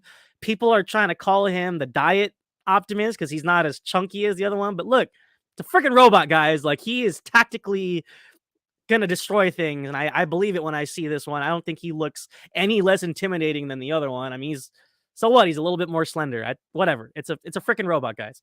I liked what I saw. Again, minus, like, I agree with you. I thought the end game sequence at the end of that trailer was a little bit overkill, like a little sensory overload a little bit. But at the same time, I think this is a fun way to take this franchise. I think we got the Dinobots, which was kind of hit and miss. I didn't even see The Last Night, so I don't even know what the hell happened in that movie. I know Anthony Hopkins was in it or whatever. He took the check on that one, but I agree with you. I think Bumblebee was great. It was a really fresh reboot, half restart, half kind of acknowledging what happened before, but it's kind of its own thing. And I think the direction they're going in is great. I don't know what's gonna happen with Anthony Ramos. I don't know how he fits into all this, but I feel like, much like Godzilla versus Kong in that universe, like, do the humans really matter when we're all here? We're really here for the spectacle. So I think, there's only so many ways they can tie a story for these humans to get involved with the robots and the Autobots. I mean, so we'll see. I'm tentatively at like a 6. Yeah, man. I'm feeling about that too. Like 6, 7. It's kind of like, oh yeah, the CGI looks great. Looks like it can be a blast. But yeah, you said it perfectly. The in-game stuff is just a little overkill, so we'll see what ends up happening there. But let's move on to the next week. June is stacked up, like stacked It up. is. Like it's like holy shit. I'm gonna be real with you. I think one of these moves. It needs But to. June 16th, we've got Elemental, a new Pixar film that's hopefully coming straight to theaters. Let's hope they're not doing the Turning Red stuff anymore. Like let's get that in theaters, guys. But they did Lightyear in theaters, so they'll do this one. But in a city where fire, water, land, and air residents live together, a fiery young woman and a go-with-the-flow water guy discover something elemental, how much they actually have in common. What do you think about this one? I love the art style of Elemental. I think it's got a really fluid and fresh feel, and Pixar, they just know what to do with these animation styles, man. How we feeling? Yeah, the teaser had me just like have the biggest smile on my face. I love the world building they did with the brief little walk through the train, and you see like the tree people with like the baby, and like the baby's like crying, and then like the water splashed them, and like leaves grew. Like there's a lot of fun like fun gags with these characters. And then for whatever reason, the only person that we saw that was fiery was the girl. And you had the question like, where are the fire people? Are they like outcasted? Is what's going on with the story here? But I hope there's a little bit more to it than what that synopsis was. Like that synopsis makes it sound like a knockoff Romeo and Juliet, and I really hope it's not that. I hope it's its own thing. I hope that it, because this world is awesome. I think the world building is fantastic. They need to expand on that and not dive into some familiar tropes that we've seen before. Because as Strange World showed us, we need to see something new. We can't keep recycling the same old tropes and story beats. So Yeah, and I think because it's like where are the fire people? Are they the bad guys? I think I'm sick of that being a trope too. Like, can we just stop like incriminating fire? Like, I understand that it's destructive, but like also Avatar: The Last Airbender, fantastic series. Fire is also life. So I'm kind of just like, okay, can we like get away from the stereotype like, oh, the fire people burn stuff down, so they're the bad guys. Like Avatar, I know I'm missing some, but there's some little knockoff cartoon that does the same thing. I'm like, can we just kind of stop with the fire being the bad guy type of element? Like, so I'm with you. I don't really want it to be Romeo and Juliet either, because I don't want it to be this like, oh well, you guys are forbidden to love one another. I don't want to go through that either. So iHeart said, I forgot this was coming out. Yeah, hopefully Bob Iger coming back, it will solve that problem for Disney, because Strange World was abysmal. no, and now that you mention it, when was the last time a Pixar film was in theaters? It's been almost a couple years now, hasn't it? Lightyear. Oh shoot, that counts. Okay. Which is so forgettable. But I mean, Yeah. like Lightyear, and then before that, whatever became before Luke. Oh, Onward. There it is. Onward, right before Luca, 2020. Yep, that was like right before the pandemic, and they like rolled it out on Disney Plus. Like, yeah, that was the beginning of 1 year of an end. That's for damn sure. Yeah, that was so weird. Like seeing Soul at home and Turning Red at home. It was so weird. Like, and what's kind of weird to say is that I feel like those two belong in theaters, but I felt like sandwiched in the middle, Luca, I was like, okay, this kind of feels like it belongs on Disney Plus. I'm not gonna front. Like that one, I was kind of like, I would love to see it in the theater, don't get me wrong. I mean, but I just kind of felt like that one did feel a little Disney Plus in comparison to Turning Red. What else came out that year? Encanto. I thought that was definitely a theater, even though it blew up from Disney Plus. It felt like a theatrical release to me. Turning Red felt theatrical. Was Luca 2021?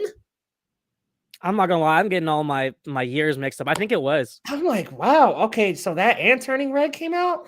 Yeah, Soul and Onward was 2020, and then 2021 was Luca. Luca, yeah, and Raya was 2021. There it is. Love me that Raya. You already know Rodney Dollar. I know how you roll too, bro. We love us some Raya. We was probably the only two that was like Raya for the Oscar, Raya. But yeah, let's move to the next week, a bittersweet week.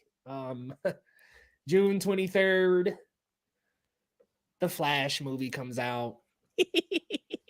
And Ezra Miller is playing the Flash. twice. I'm not even. I didn't even mean to laugh like that, but it's just this whole thing is a hot mess, man. It's a hot fucking mess. And it's like, okay, not only is one of the actors extremely problematic, we also have the DCU now shifting things around and shit. I mean, Ben came in, shot some stuff. Michael Keaton came in, they replaced it with the Ben shit. Like, it's just like, dude, this is a mess. It's a mess. How do you feel about it, though, Lo? What, are you anticipating the Flash? I'm gonna be honest. I was excited before all of the announcements with James Gunn and they're moving forward with a new vision, and Henry Cavill was out, and at this point, I'm in the same kind of temperature as Fury of the Gods. Like, no offense to fans of Shazam and all that, but this is the same thing for me. I'm not really a Flash fan. I didn't watch the TV show. What really piqued my interest here was Michael Keaton, and I feel like this still here looked so amazing. I remember DC fandom hyping it up, and then if it's true that they're taking him out of it, I really don't care anymore.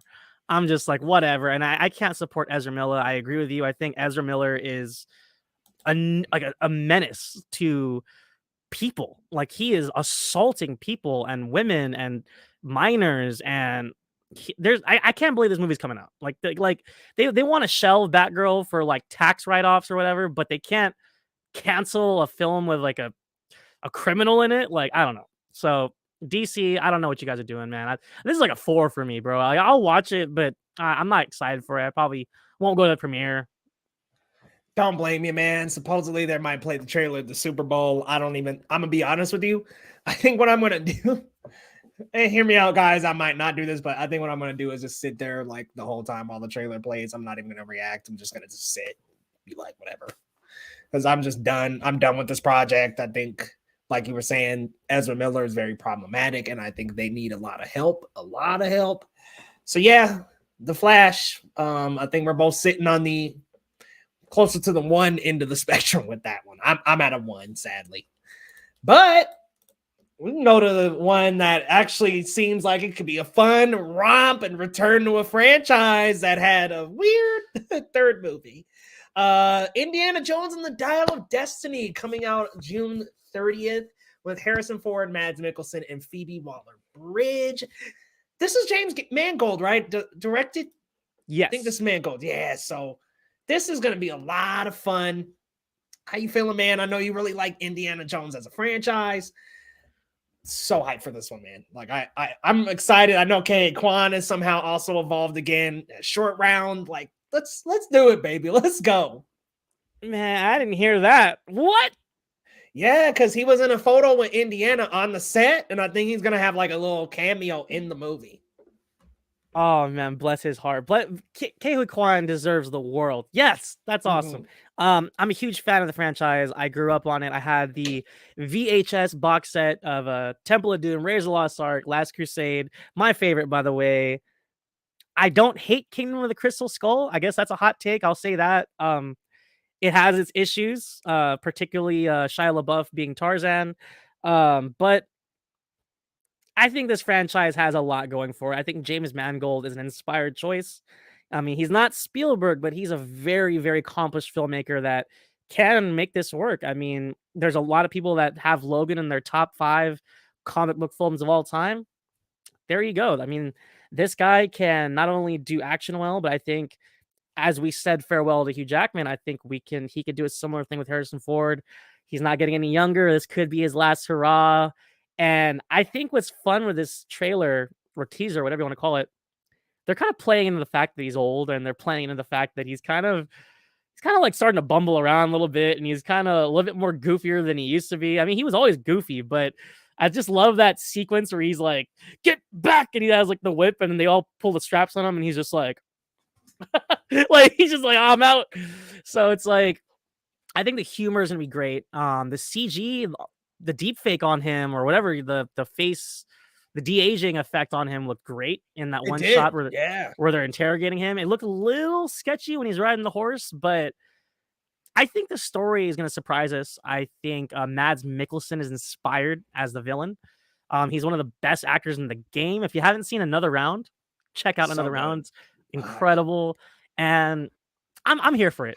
You know, I'm gonna give this like a 9.5. I'm only knocking it off by like 0.5 just because this could totally go wrong. It could totally not be as good as I want it to be. I could see that as well, but I'm optimistic. I love Indiana Jones, and I can't wait to see the one last ride. Hopefully, I don't know if I'm ready to see Indiana Jones in a wheelchair or anything. So no, I mean, it's kind of like, I don't know if this is the last one though. I mean, they might hand it off to Phoebe Waller-Bridge. I don't know, but I liked that 310 to Yuma remake that James Mangold did, and then I also really liked, of course, Wolverine Logan. Not the X-Men Origins Wolverine, y'all. That the Wolverine with the samurai stuff. It was in pretty Japan, good. Yeah, I like that. And then what else did he he do? also did Ford v Identity. Ferrari. Huh? Yeah, Yeah, Ford v Ferrari. Identity. And Yeah. Walk the Line. Yeah, so he's got a great filmography. Like I think he's honestly the perfect director for this. I think he had one of the better episodes of The Mandalorian season 2. So I'm really looking forward to it, and I think he knows how to just capture exciting action very well. So yeah, I'm at a 9 out of 10. iHeart, you gotta get on this, man. You gotta get on these Indiana Jones. Yeah, that Kehan Kwan is Short Round from the second Indiana Jones. Okie dokie, Dr. Jones. I'm with you actually. The third one is my favorite too. Last Crusade is my favorite, which is a hot take in the Indiana Jones community. Every time I say that, people are like, "Really?" I'm like, yeah. Well, people swear by Raiders of the Lost Ark, which is amazing, but I'm like, I don't know. You know, Sean Connery, that was a cool little addition. Like, I mess with that, bro. Let's move into July, which is also a fairly stacked month as well, because you got 2 big hitters on one day in that month. But July 14th, we've got Mission Impossible: Dead Reckoning Part 1. Tom Cruise, Rebecca Ferguson. How you feeling, Lo? We're back to Mission Impossible. So I almost said Top Gun. I mean, admittedly, I love the original Brian De Palma film from 1996. Ghost Protocol was amazing with Brad Bird, but this is one of those franchises where I kind of been like hopscotching in and out of it. Like I missed 3. No offense to J.J. Abrams. You missed one of the worst ones, so you did yourself a favor, man. Yeah, and then I never saw, what was it, Rogue Nation, and then like I missed those, or the Christopher McQuarrie ones, which I heard were incredible. What was the one? Fallout? I think everyone loves Fallout. Yeah, Fallout was great with Henry Cavill. Yeah, so I guess supposedly Fallout's like one of the best action movies ever. I've missed that. I got to catch up. But I will say this: Tom Cruise is a maniac. Bless his soul. This guy is on something else. Like, I don't know if you guys have seen the footage, but he's literally riding a motorcycle into a ravine and parachuting off of the motorcycle. This guy's a daredevil. He's just out of his mind. I appreciate that he's actually doing this. For the spectacle alone, I'm excited. Give me like a solid 8.5. I got to catch up. I'll probably bump that up to a 9. But yeah, I'm here for Ethan Hunt, man. This guy is insane. So I didn't say this earlier, but I did say it on another podcast with my boy Novice Cinephile. Check him out on YouTube. John Wick is a franchise that I can just get as many movies as possible, and I don't think I'm going to get tired. Mission Impossible feels the same for me. I could just keep getting them, keep gobbling them up. Ethan Hunt's great. I'm here for it. I wish they would have kept Henry Cavill. Because, man, him and Tom Cruise, that rivalry was so good. I'm like, man, they could have just kept Henry. That would have been a cool rivalry to go down the entire spectrum of this rest of the series. But I digress. I know, I'm sure Henry's pretty expensive and whatever. But we've got 2 movies coming out on Friday, July 21st. First, we got Barbie, Margot Robbie, Ryan Gosling, Greta Gerwig directing. And then we've got Oppenheimer with Christopher Nolan. So Cillian Murphy's in that, Jack Quaid, amongst many others. Which one are you going to see first, Lo? I'm a Nolan truther. Memento is like in my top 5. And his whole filmography, he hasn't missed. I mean, he is like this generation's, Kubrick, Spielberg, Scorsese, whatever you want to call him. He's that guy. I mean, he's just a talented filmmaker. He writes and directs, and his practical effects work, his concepts, like, for example, Memento starts at the end and goes to the beginning, and you know, the way he plays with time, like in Dunkirk and Yeah, I said that at the beginning of the stream. I was like, he's gonna play with time in this one somehow. You know, and I think he's an amazing filmmaker. I'm always here for it. As much as like the atomic bomb stuff is kind of not the most interesting subject for me, but like I said, I mean, I trust his vision. The trailer looks pretty cool, and like you said, Leo, there is some like ticking in the background. I think we're counting down to when the bomb goes off or whatever. So I'm here for Yeah. it. And Barbie looks okay, but I'll see Oppenheimer first. Yeah, because that ticking happens in Dunkirk, and I think it's just Dunkirk. I was like, wasn't it one of his other movies? But no, it wasn't Tenet. No, I think it was just Dunkirk, where the ticking clock is happening the whole time in the background. There's so much going on, you don't notice it. So I'm like, I feel like he's gonna do some kind of play on time, or I mean, all of them really have some kind of play on it. Interstellar, Dunkirk, even Memento and Inception are a little even crazier, but it's still some kind of concept. Tenet, reversing time. I'm like, all right, what we doing this time, Nolan? We here for it. I'm with you though. I'm gonna see Oppenheimer first, but I think Barbie, that'll be a cool double feature because I think it'll be like a nice like warm down from like the Oppenheimer stuff. It's like you're gonna be dialed in for Nolan, and then you can kind of just kick back.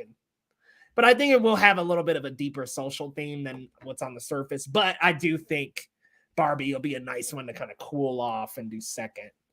I think my only issue is I don't not like musicals, but that kind of threw me for a loop. I didn't know it was going to be a musical. So Rodney Dollar said Barbie is the one to see in July. Sorry. Same with Larry. They said Team Barbie. I'm like, I think it looked good, but I don't know if I can go for that over Nolan first. I just don't know. And you know, also shouts out Cillian Murphy. I mean, it's about time he gets his spotlight. I mean, he's one of the better actors of our generation as well. So yeah, and I feel like he doesn't get enough. Like I feel like he doesn't get enough recognition. But I don't think Barbie's a musical, so I think you're safe there. Doesn't it have like musical numbers? I mean, that was the vibe I got from the teaser. Like I think that might be like one specific one, but I don't think it's like a musical. Like okay, so I hope not. Yeah, I'm like, please don't be, because I don't really want to sit through that. The question is, how far back will Nolan put the dialogue and the sound mix? Look, I'm gonna be real with you, Larry. Tenet was pretty bad in terms of that sound mixing. And then, what was it? Might have been Dunkirk. Was that one was right before Tenet? Dunkirk, I think. Yeah, that was pretty. The sound in that was a little rough too. So I hear it, Larry, but I don't know. It didn't kill it for me. It didn't hurt Tenet. Like it didn't like. Yeah, I was gonna say like as much as there was like a few scenes where I was like, what did he say? But like it didn't ruin the film for me. Like I still understood what happened. I still figured out the plot. So. And I'll give it to Larry and everybody who was viewing the film. It did kind of sound like this in a couple of scenes and shit. Like I was kind of like, huh? Like turn them subtitles on. Oh, the Marvels, oh boy, when it comes, I just know the internet. Yeah, it's going to get. The Marvels is going to get rough, which is actually our next one, July 28th. The Marvels, Brie Larson, Tiana Paris, and Iman Vellani. I was like, goodness gracious, lost my train of thought. Yeah, so those three, and we got Nia DaCosta coming in to direct. How we feeling about this, man? Because I'm hype as hell. I thought the first Captain Marvel, but not now that we've got this cast, we've got a better director. Look, man, I think they're going to solve the issues I had with it. Yeah, man, I'm at a solid 8, and I found this edit which I really liked. Shouts out to whoever made it, but I don't know why Nova's in there. But look, you know, Kamala Khan, you know, what's her name? Photon? Does she go by Photon? I don't think she does in the MCU. Oh, that's her mom. Or Photon's her mom. That is right? that character. I'm sorry, it is Photon, but I think I don't know if she's going to be that in the MCU or not. Okay, but I mean, whoever this is supposed to be, I'm here for it. Like you said, Tiana Pierce is amazing. That was one of the best sequence, or she was one of the best parts of WandaVision for me. Her sequence with her mom and her getting blipped. Dude. Oh my god, it was so good. And then she gets blipped back, and she's like looking for her mom. Like that was such an amazing sequence, and I'm here for it. And look, people can hate in the first one. Look, it wasn't the best film, but I love Brie Larson. I think, like you said, with a better director, which I think Nia DaCosta's up. You know, she's up to the task. Mm-hmm. I loved her Candyman. So I'm bro. I'm really excited to see what she's gonna bring to the table here. I think we're in for a treat. I mean, they're all great, and there's not much of a synopsis here as well. I don't know where we're going with this. I mean, if we're gonna lead into Secret Wars or not, but I'm excited. Yeah, I'm with you, man. Teyana Paris's character is Monica Rambeau, and like in the comics, she's Photon at some point. She's Captain Marvel at another. It's like I think she's got a third name. So I'm like, who knows if they're making her another Captain Marvel? But that character was so good in WandaVision, and Miss Marvel, the TV show, really good. I thought. I love those first 2 or 3 episodes. Kind of lost a little luster when we left the country a bit. I thought that could have been its own story in season 2. But once we got back to the high school and the slice of life and discovering who you are, discovering your identity, I really love those plays and themes in Miss Marvel. And this might be a hell of a hot take, but for me, it's like WandaVision, Miss Marvel when it comes to the shows. Like, I really thought that Miss Marvel brought a refreshing, fun new take to the MCU that we're familiar with when it comes to Tom Holland's Spider-Man. But we also mix in identity outside of school, outside of work, who you really are. I really like that show a lot, and I think Iman Vellani is very, very passionate about the subject matter. So I think that she's just going to bring so much passion and fun to this movie. To me, Miss Marvel feels like her and Riri Williams. I'm like, they kind of feel like how Spider-Man's energy was, like very enjoyable, fun to watch. So I'm really looking forward to getting the youth and the young Avengers started up with Miss Marvel. And yeah, I'm with you, man. Brie, she was good as Captain Marvel. I didn't hate that performance. The movie was just a bit of a mess, and I'm like, okay, I'm going right back to direction, because when she was with other actors, she was doing well. Like, she was playing well off of Samuel L. Jackson. I just thought for most of the movie, I thought she was trying to maybe be too much the character, and I was like, bring a little more Brie Larson to this character. Like, I want to see a little more Brie. She's like quirky and like has this kind of like cutesy personality. I'm like, bring a little bit of that to Captain Marvel. I know Captain Marvel, Carol Danvers, is strict and she's by the book, but it's like, bring a little bit of that Brie Larson energy to this role. And I think Nia DaCosta can really bring that out of her, and it's going to help to have the other two as well. So I hope so, and I think they're going to play off each other well. The Marvels have a lot going on. A woman of color directing 3 Marvels, different names, race. Yeah, it's gonna be great, Rodney. You know, we already know the internet stuff's gonna be, but you already know what it is. We're gonna tell you the truth here. We love these ladies, these leading ladies. Each one of them are amazing. So this movie probably gonna be the same. All right, moving into August, y'all. We getting there. Okay, August. We are starting with a movie I didn't even know that was coming out until very recently. TMNT Mutant Mayhem. I like TMNT.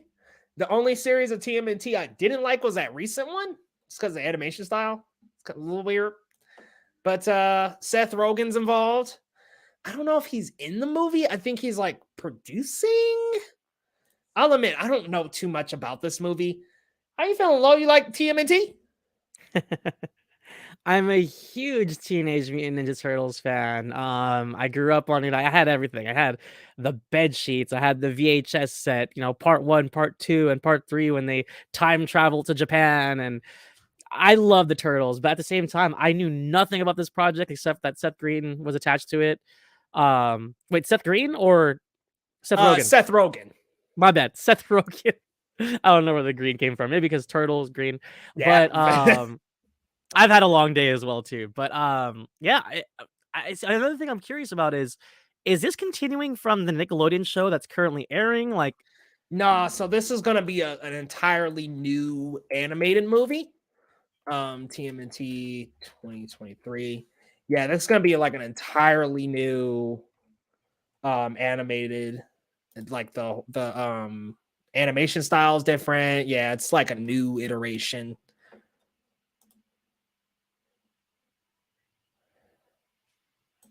Yeah, oddly enough, that I'm hoping. Oh, what were you saying? No, I was saying, I mean, I can be optimistic, but I'll have to wait till I see a trailer at least, or at least like some art design on what they look like. Because the 2007 TMNT caught me off guard.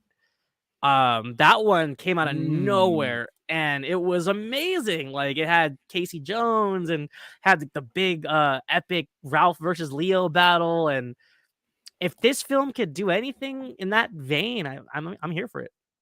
Are you talking the 07 that was on Nickelodeon that had the those kind of shorter 3D CGI bodies? Are you talking the 03 that was like the ninja where they were like very anime inspired? No, was I was 2D? talking about the chunkier one, like the more fluid one. It wasn't anime. The 3D? Yeah, and that one actually had a theatrical release. It came out of nowhere. I was like, "What is this?" And let me see if this is. Oh, that's just green. Let me share mine. I actually got the artwork. I was hoping that image would be bigger. My bad. No, you're good. So here's like the artwork. Oh, okay. A little bit of concept. I think it's like a concept art, and I'm like, oh, okay. Like I kind of like that we're back to each of them being the same size. I thought that was a little bit weird with the last series, but I've heard good things. So yeah, they definitely look cartoony, and yeah, we'll see. I mean, I'll wait for a trailer. You know, I love Turtles, and even though the live action ones most recently with Megan Fox wasn't the greatest, but Out of the Shadows was cool. Yeah, it was a lot better. I think it got a little bit of a bad rap for because of the first one. So yeah.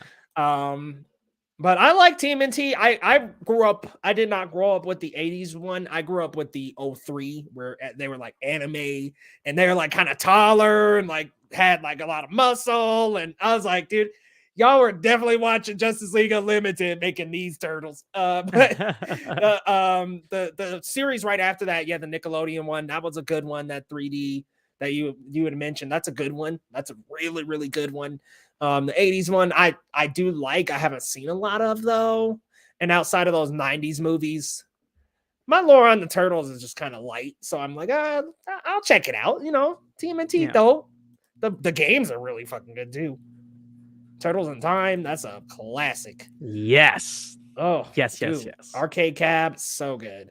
But we'll move on to the next Friday after that, or 2 Fridays after that, with Blue Beetle. Really fucking looking forward to this one. Actually, I take it back with Shazam. This is my most anticipated DC movie. We do got a little synopsis for this one. Recent college grad Jaime Reyes, played by Sholomar Dueña, who is from Cobra Kai. Miguel, awesome. Returns home full of aspirations for his future, only to find that home is not quite as he left it. As he searches to find his purpose in the world, fate intervenes when Jaime unexpectedly finds himself in possession of an ancient relic of alien biotechnology, the Scarab. When the Scarab suddenly chooses Jaime to be its symbiotic host, he is bestowed with an incredible suit of armor capable of extraordinary and unpredictable powers, forever changing his destiny as he becomes a superhero, Blue Beetle. Holy shit, this is going to be great. Like, I mean, and it kind of sounds very similar to the Young Justice iteration of this character, which that was a phenomenal animated series, man. If you haven't checked it out, that is so damn good. That's some good ass TV, them first 2 seasons. But Blue Beetle was like a major part of the second iteration, and it sounds, I don't know if this is possible. I really want to move this way. It sounds like they're building maybe to a Young Justice type team, and they can maybe beat the Young Avengers out, beat Marvel at something, DC, because we struggling, y'all. Y'all struggling. So this might be their avenue to beat it. But sorry. Bringing in Sholomar Dueña. He's got a lot of really cool moments as Miguel, and he's got a lot of potential, I think, to step into this role, help expand and get him some more roles. How are we feeling about this, Lo? Blue Beetle. I'm gonna be honest. I don't know the character very well, but I like Miguel. Cobra Kai. So on that note, I can't really grade it, but I'm looking forward to it. I'll probably check it out. Yeah, Cobra Kai, man, never dies. It's so good. And yeah, Sholo, such a fun, great actor. And I really like I said, that character of Blue Beetle from Young Justice. Very, very cool character. We'll move on to another comic book movie, Kraven the Hunter, which is supposedly coming out October 2023 for Aaron Taylor Johnson and Russell Crowe. The SPUMC, dude. I'm going coming right out the gate with a 2 out of 10. How you feeling about it? This is so unfortunate because Aaron Taylor Johnson deserves better. He's great. With that being said, I don't know what Sony's doing. I mean, we just had Morbius. Everybody knows how that went. The 2 Venom films that were just kind of eh.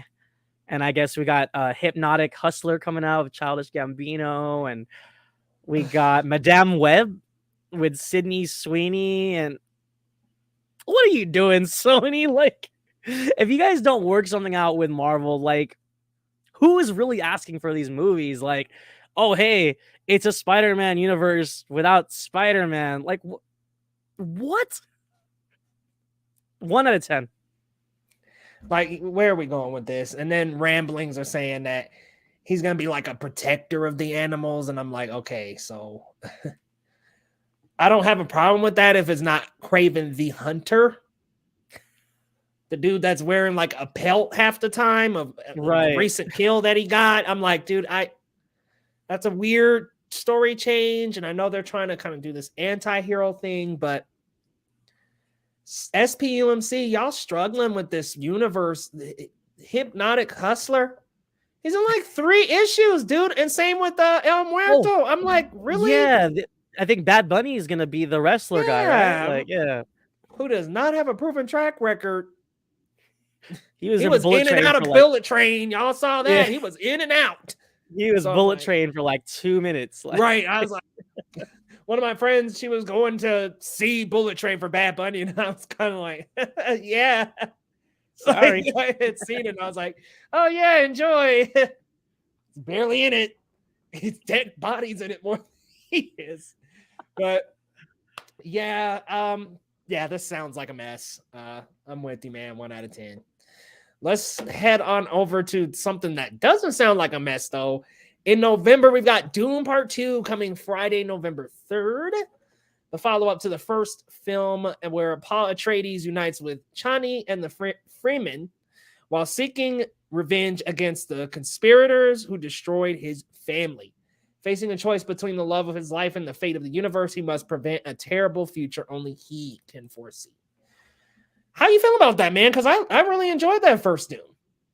I love the first Dune. Oh my god, I saw it like I think 3 times in theaters. It just blew me away. I'm a big fan of Denis Villeneuve, and this cast is incredible. And I heard, all of the announcements they made just for this one, like announcing Christopher Walken as the Emperor. I think that's just inspired casting. I mean, we already got Javier Bardem, and of course, Zendaya, and I'm really excited to see how this turns out. I did see the original film by David Lynch.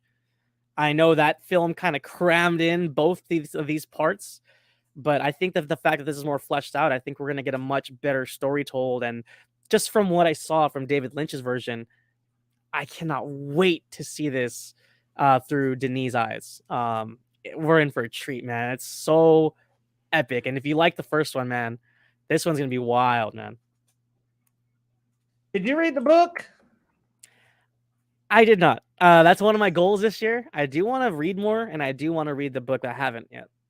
And I read about 30 pages. I was like, this is long. And did not get really that much past it.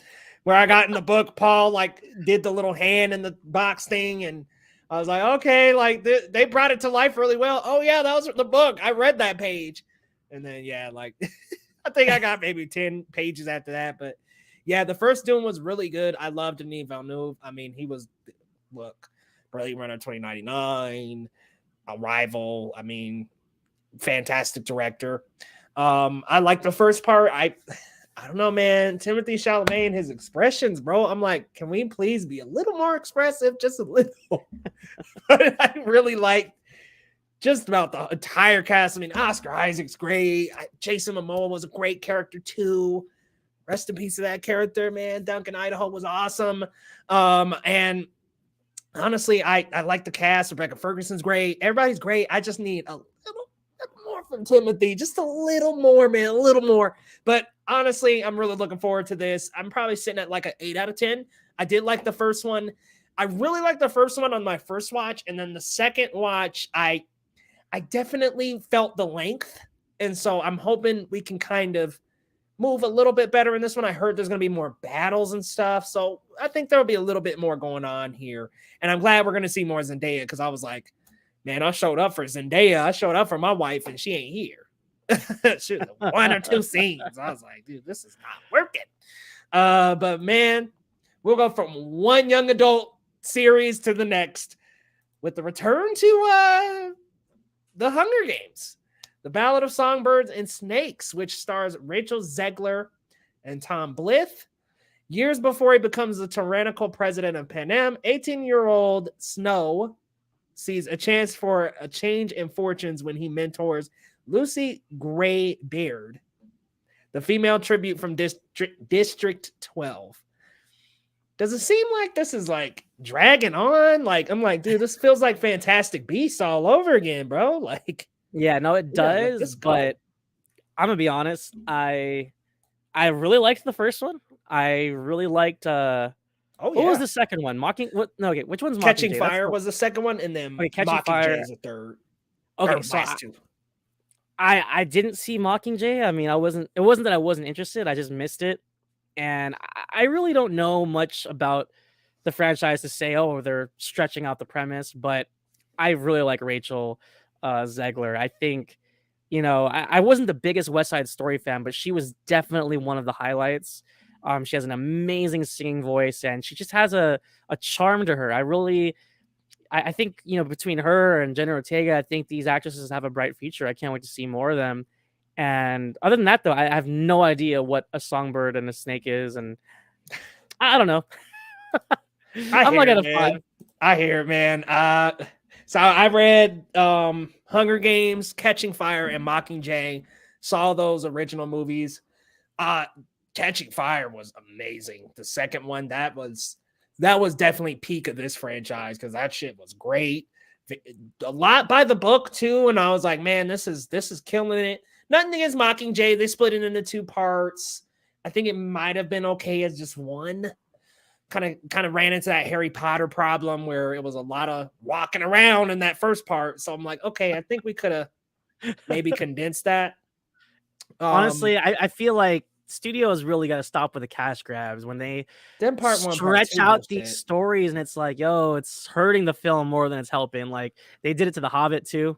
Yeah, it's like this part 1, part 2 stuff. Like, maybe we can do away with that. I mean, it does work sometime, right? Because I mean, Avengers Infinity War Endgame, it does work.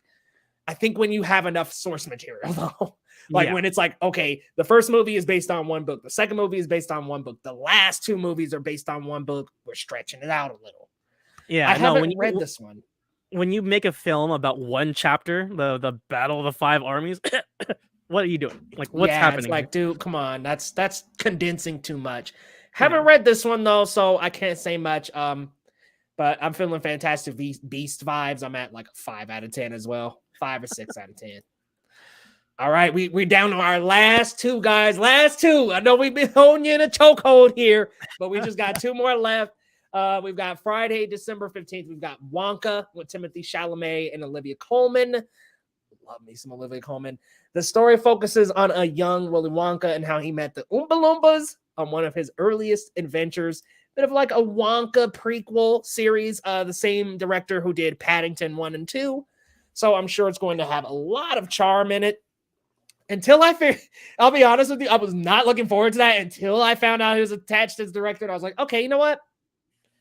Let's do this, man. Let's do it, bro. I'm ready for the magic. I'm ready for the wonder, the discovery. I'm here for it.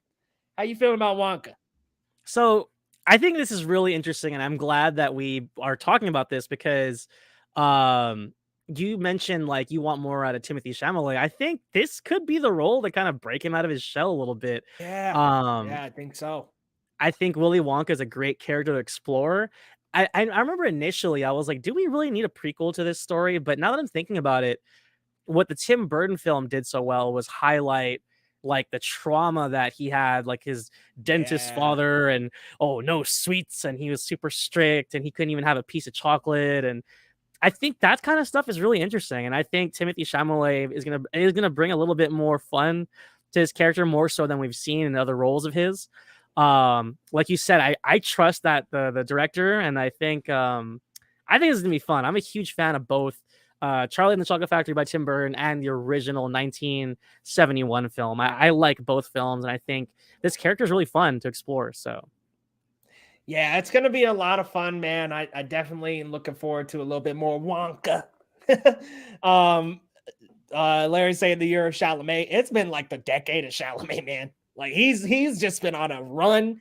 Every year, the man's got a new movie out or two. Usually comes in twos.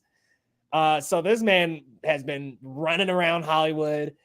I don't agree with the sentiments that he's the new Leonardo DiCaprio, but he's definitely getting work. yeah, Let's move to our last and final movie, which we back to that bittersweet stuff, aren't we? Aquaman and the Lost Kingdom with Jason Momoa and Yahya Abdul-Mateen 2. Coming out Monday, December 25th. They want to release it on Christmas. I'm sure they'll maybe back that up. That's weird to just drop it on Christmas Day. But I mean, how are you feeling, though? We're back at DC Studios here, and it's like, oh no, well, DC. this is This unfortunate is not going to because count potentially. this is a hot take, another hot take. I know people love Man of Steel and all that, and people swear by Zack Snyder's Justice League, but Aquaman was my favorite film of that universe. I'm a huge James Wan fan, first of all.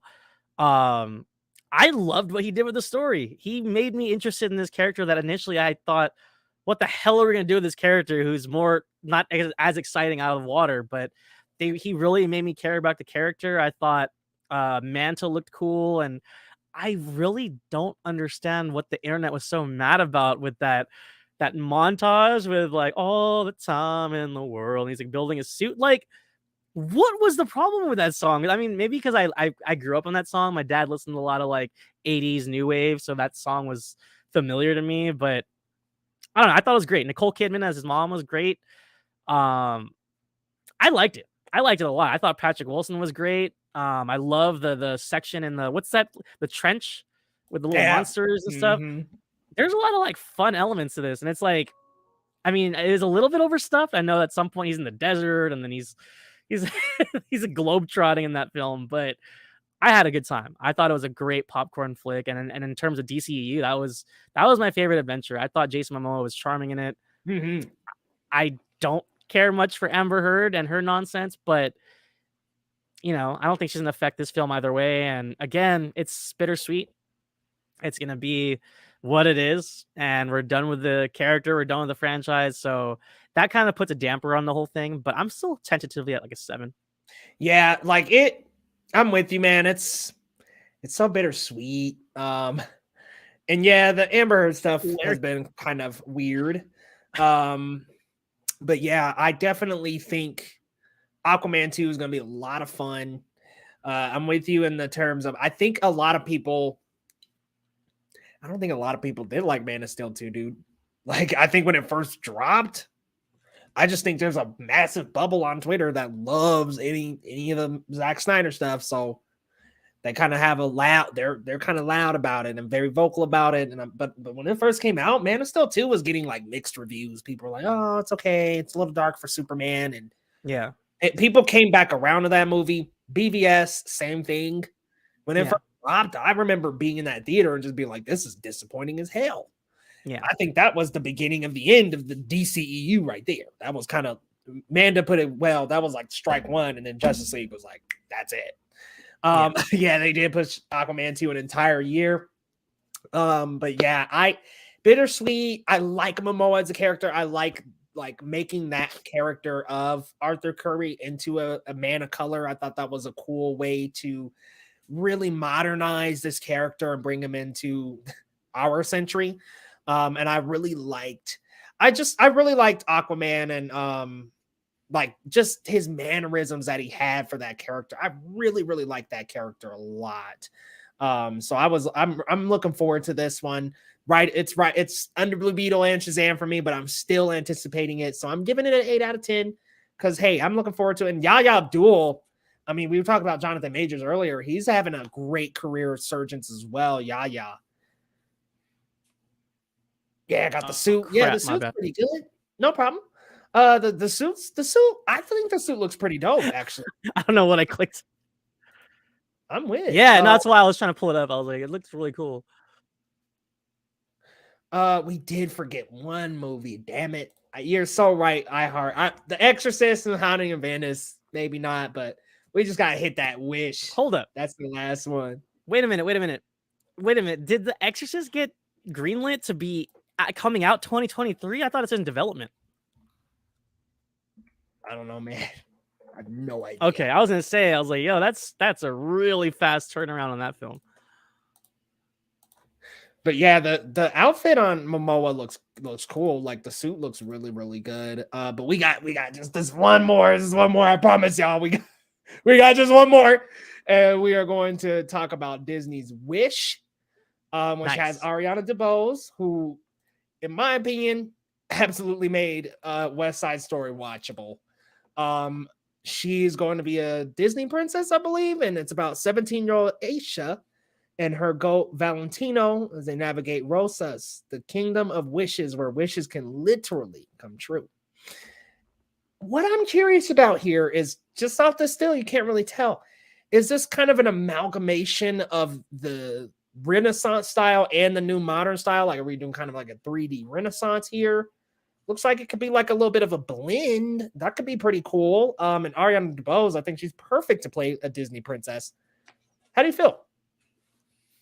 I had no idea this was coming out, but to that sentiment on the art style, I mean, that's kind of what Tangled was to me. And that's actually why I think I was so fond of Tangled when it released.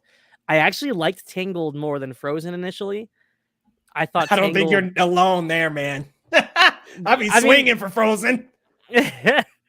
but yeah, no, like Tangled, I thought like it kind of, that's when I felt Disney was back.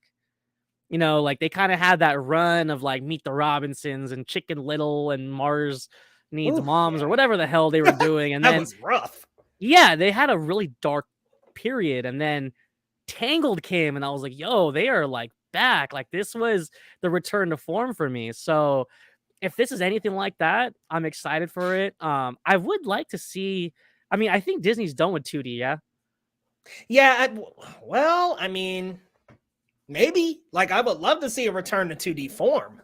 Yeah, I mean, especially with technology now, I think they could make it look really cool. But you know, if it's not, if it's 3D, kind of like Big Hero 6 or Tangled, I'm with it. Disney Animation Studios is hot right now, so let's see what else they got. You know what? They are doing a 2D because they're doing that Princess and the Frog show. So they are doing a return to form there. I'm like, this would be another cool one to re-explore that style. Right. All right, guys. Well, that was packed. A little more packed than we thought, but we made it. We made it. The most anticipating movies for 2023, guys. Plenty to watch. There will be plenty out there. You guys got to come back to the channel and let us know your favorites as we're going through the year. But Loretto, let the people know where they can find you, man, and what you got coming up. As usual, it's always a pleasure. You can follow me on Twitter or Letterboxd at Marcellus Durden. I'm admittedly been lagging on my writing front. The writer's block has become the size of the Great Wall of China in my brain, but it's 2023, new year, new me. No, I'm just kidding. No, but seriously, I'm going to put a stick of dynamite in that wall and break through. I'm actually, as soon as we get off this stream, I'm going to write up my review for The Pale Blue Eye. Starring Christian Bale, written and directed by Scott Cooper. Please check out my review on the Cinema Spot. I'm a proud critic, writer, and reporter for them. Cinemaspot.com. They've got a lot of great reviews and other articles and other great talented people. Please stay tuned. We have a big year coming up for us, and lots more treats and fun that I will announce here. Can't wait to get to it. amazing treats, baby. Num num num num num num num. We want them little treats. But guys, thank you so much for dropping by. We've got a lot coming up on the channel this week, including a Megan review. And then gosh, I'm prepping for a big video, a MCU ranking of all MCU heroes. So that will be out probably early February, y'all. So go ahead and wait on that. And then of course, we got more reactions on the way. I've got one dropping for the menu this week. And then we've got a lot coming up, y'all. But Megan, the menu, and the new superhero news videos that I've been doing, those are coming out more as well. So come on back to the channel, guys. If you're new, hit that subscribe button. Cinema begins this week. Yes, Megan is going to start us off in the year. So come on back for Megan. Much appreciated, film fans, iHeart Movies, Rodney Dollar, everybody who came through, John Lee. Thank you guys so much. Remember, hit that subscribe.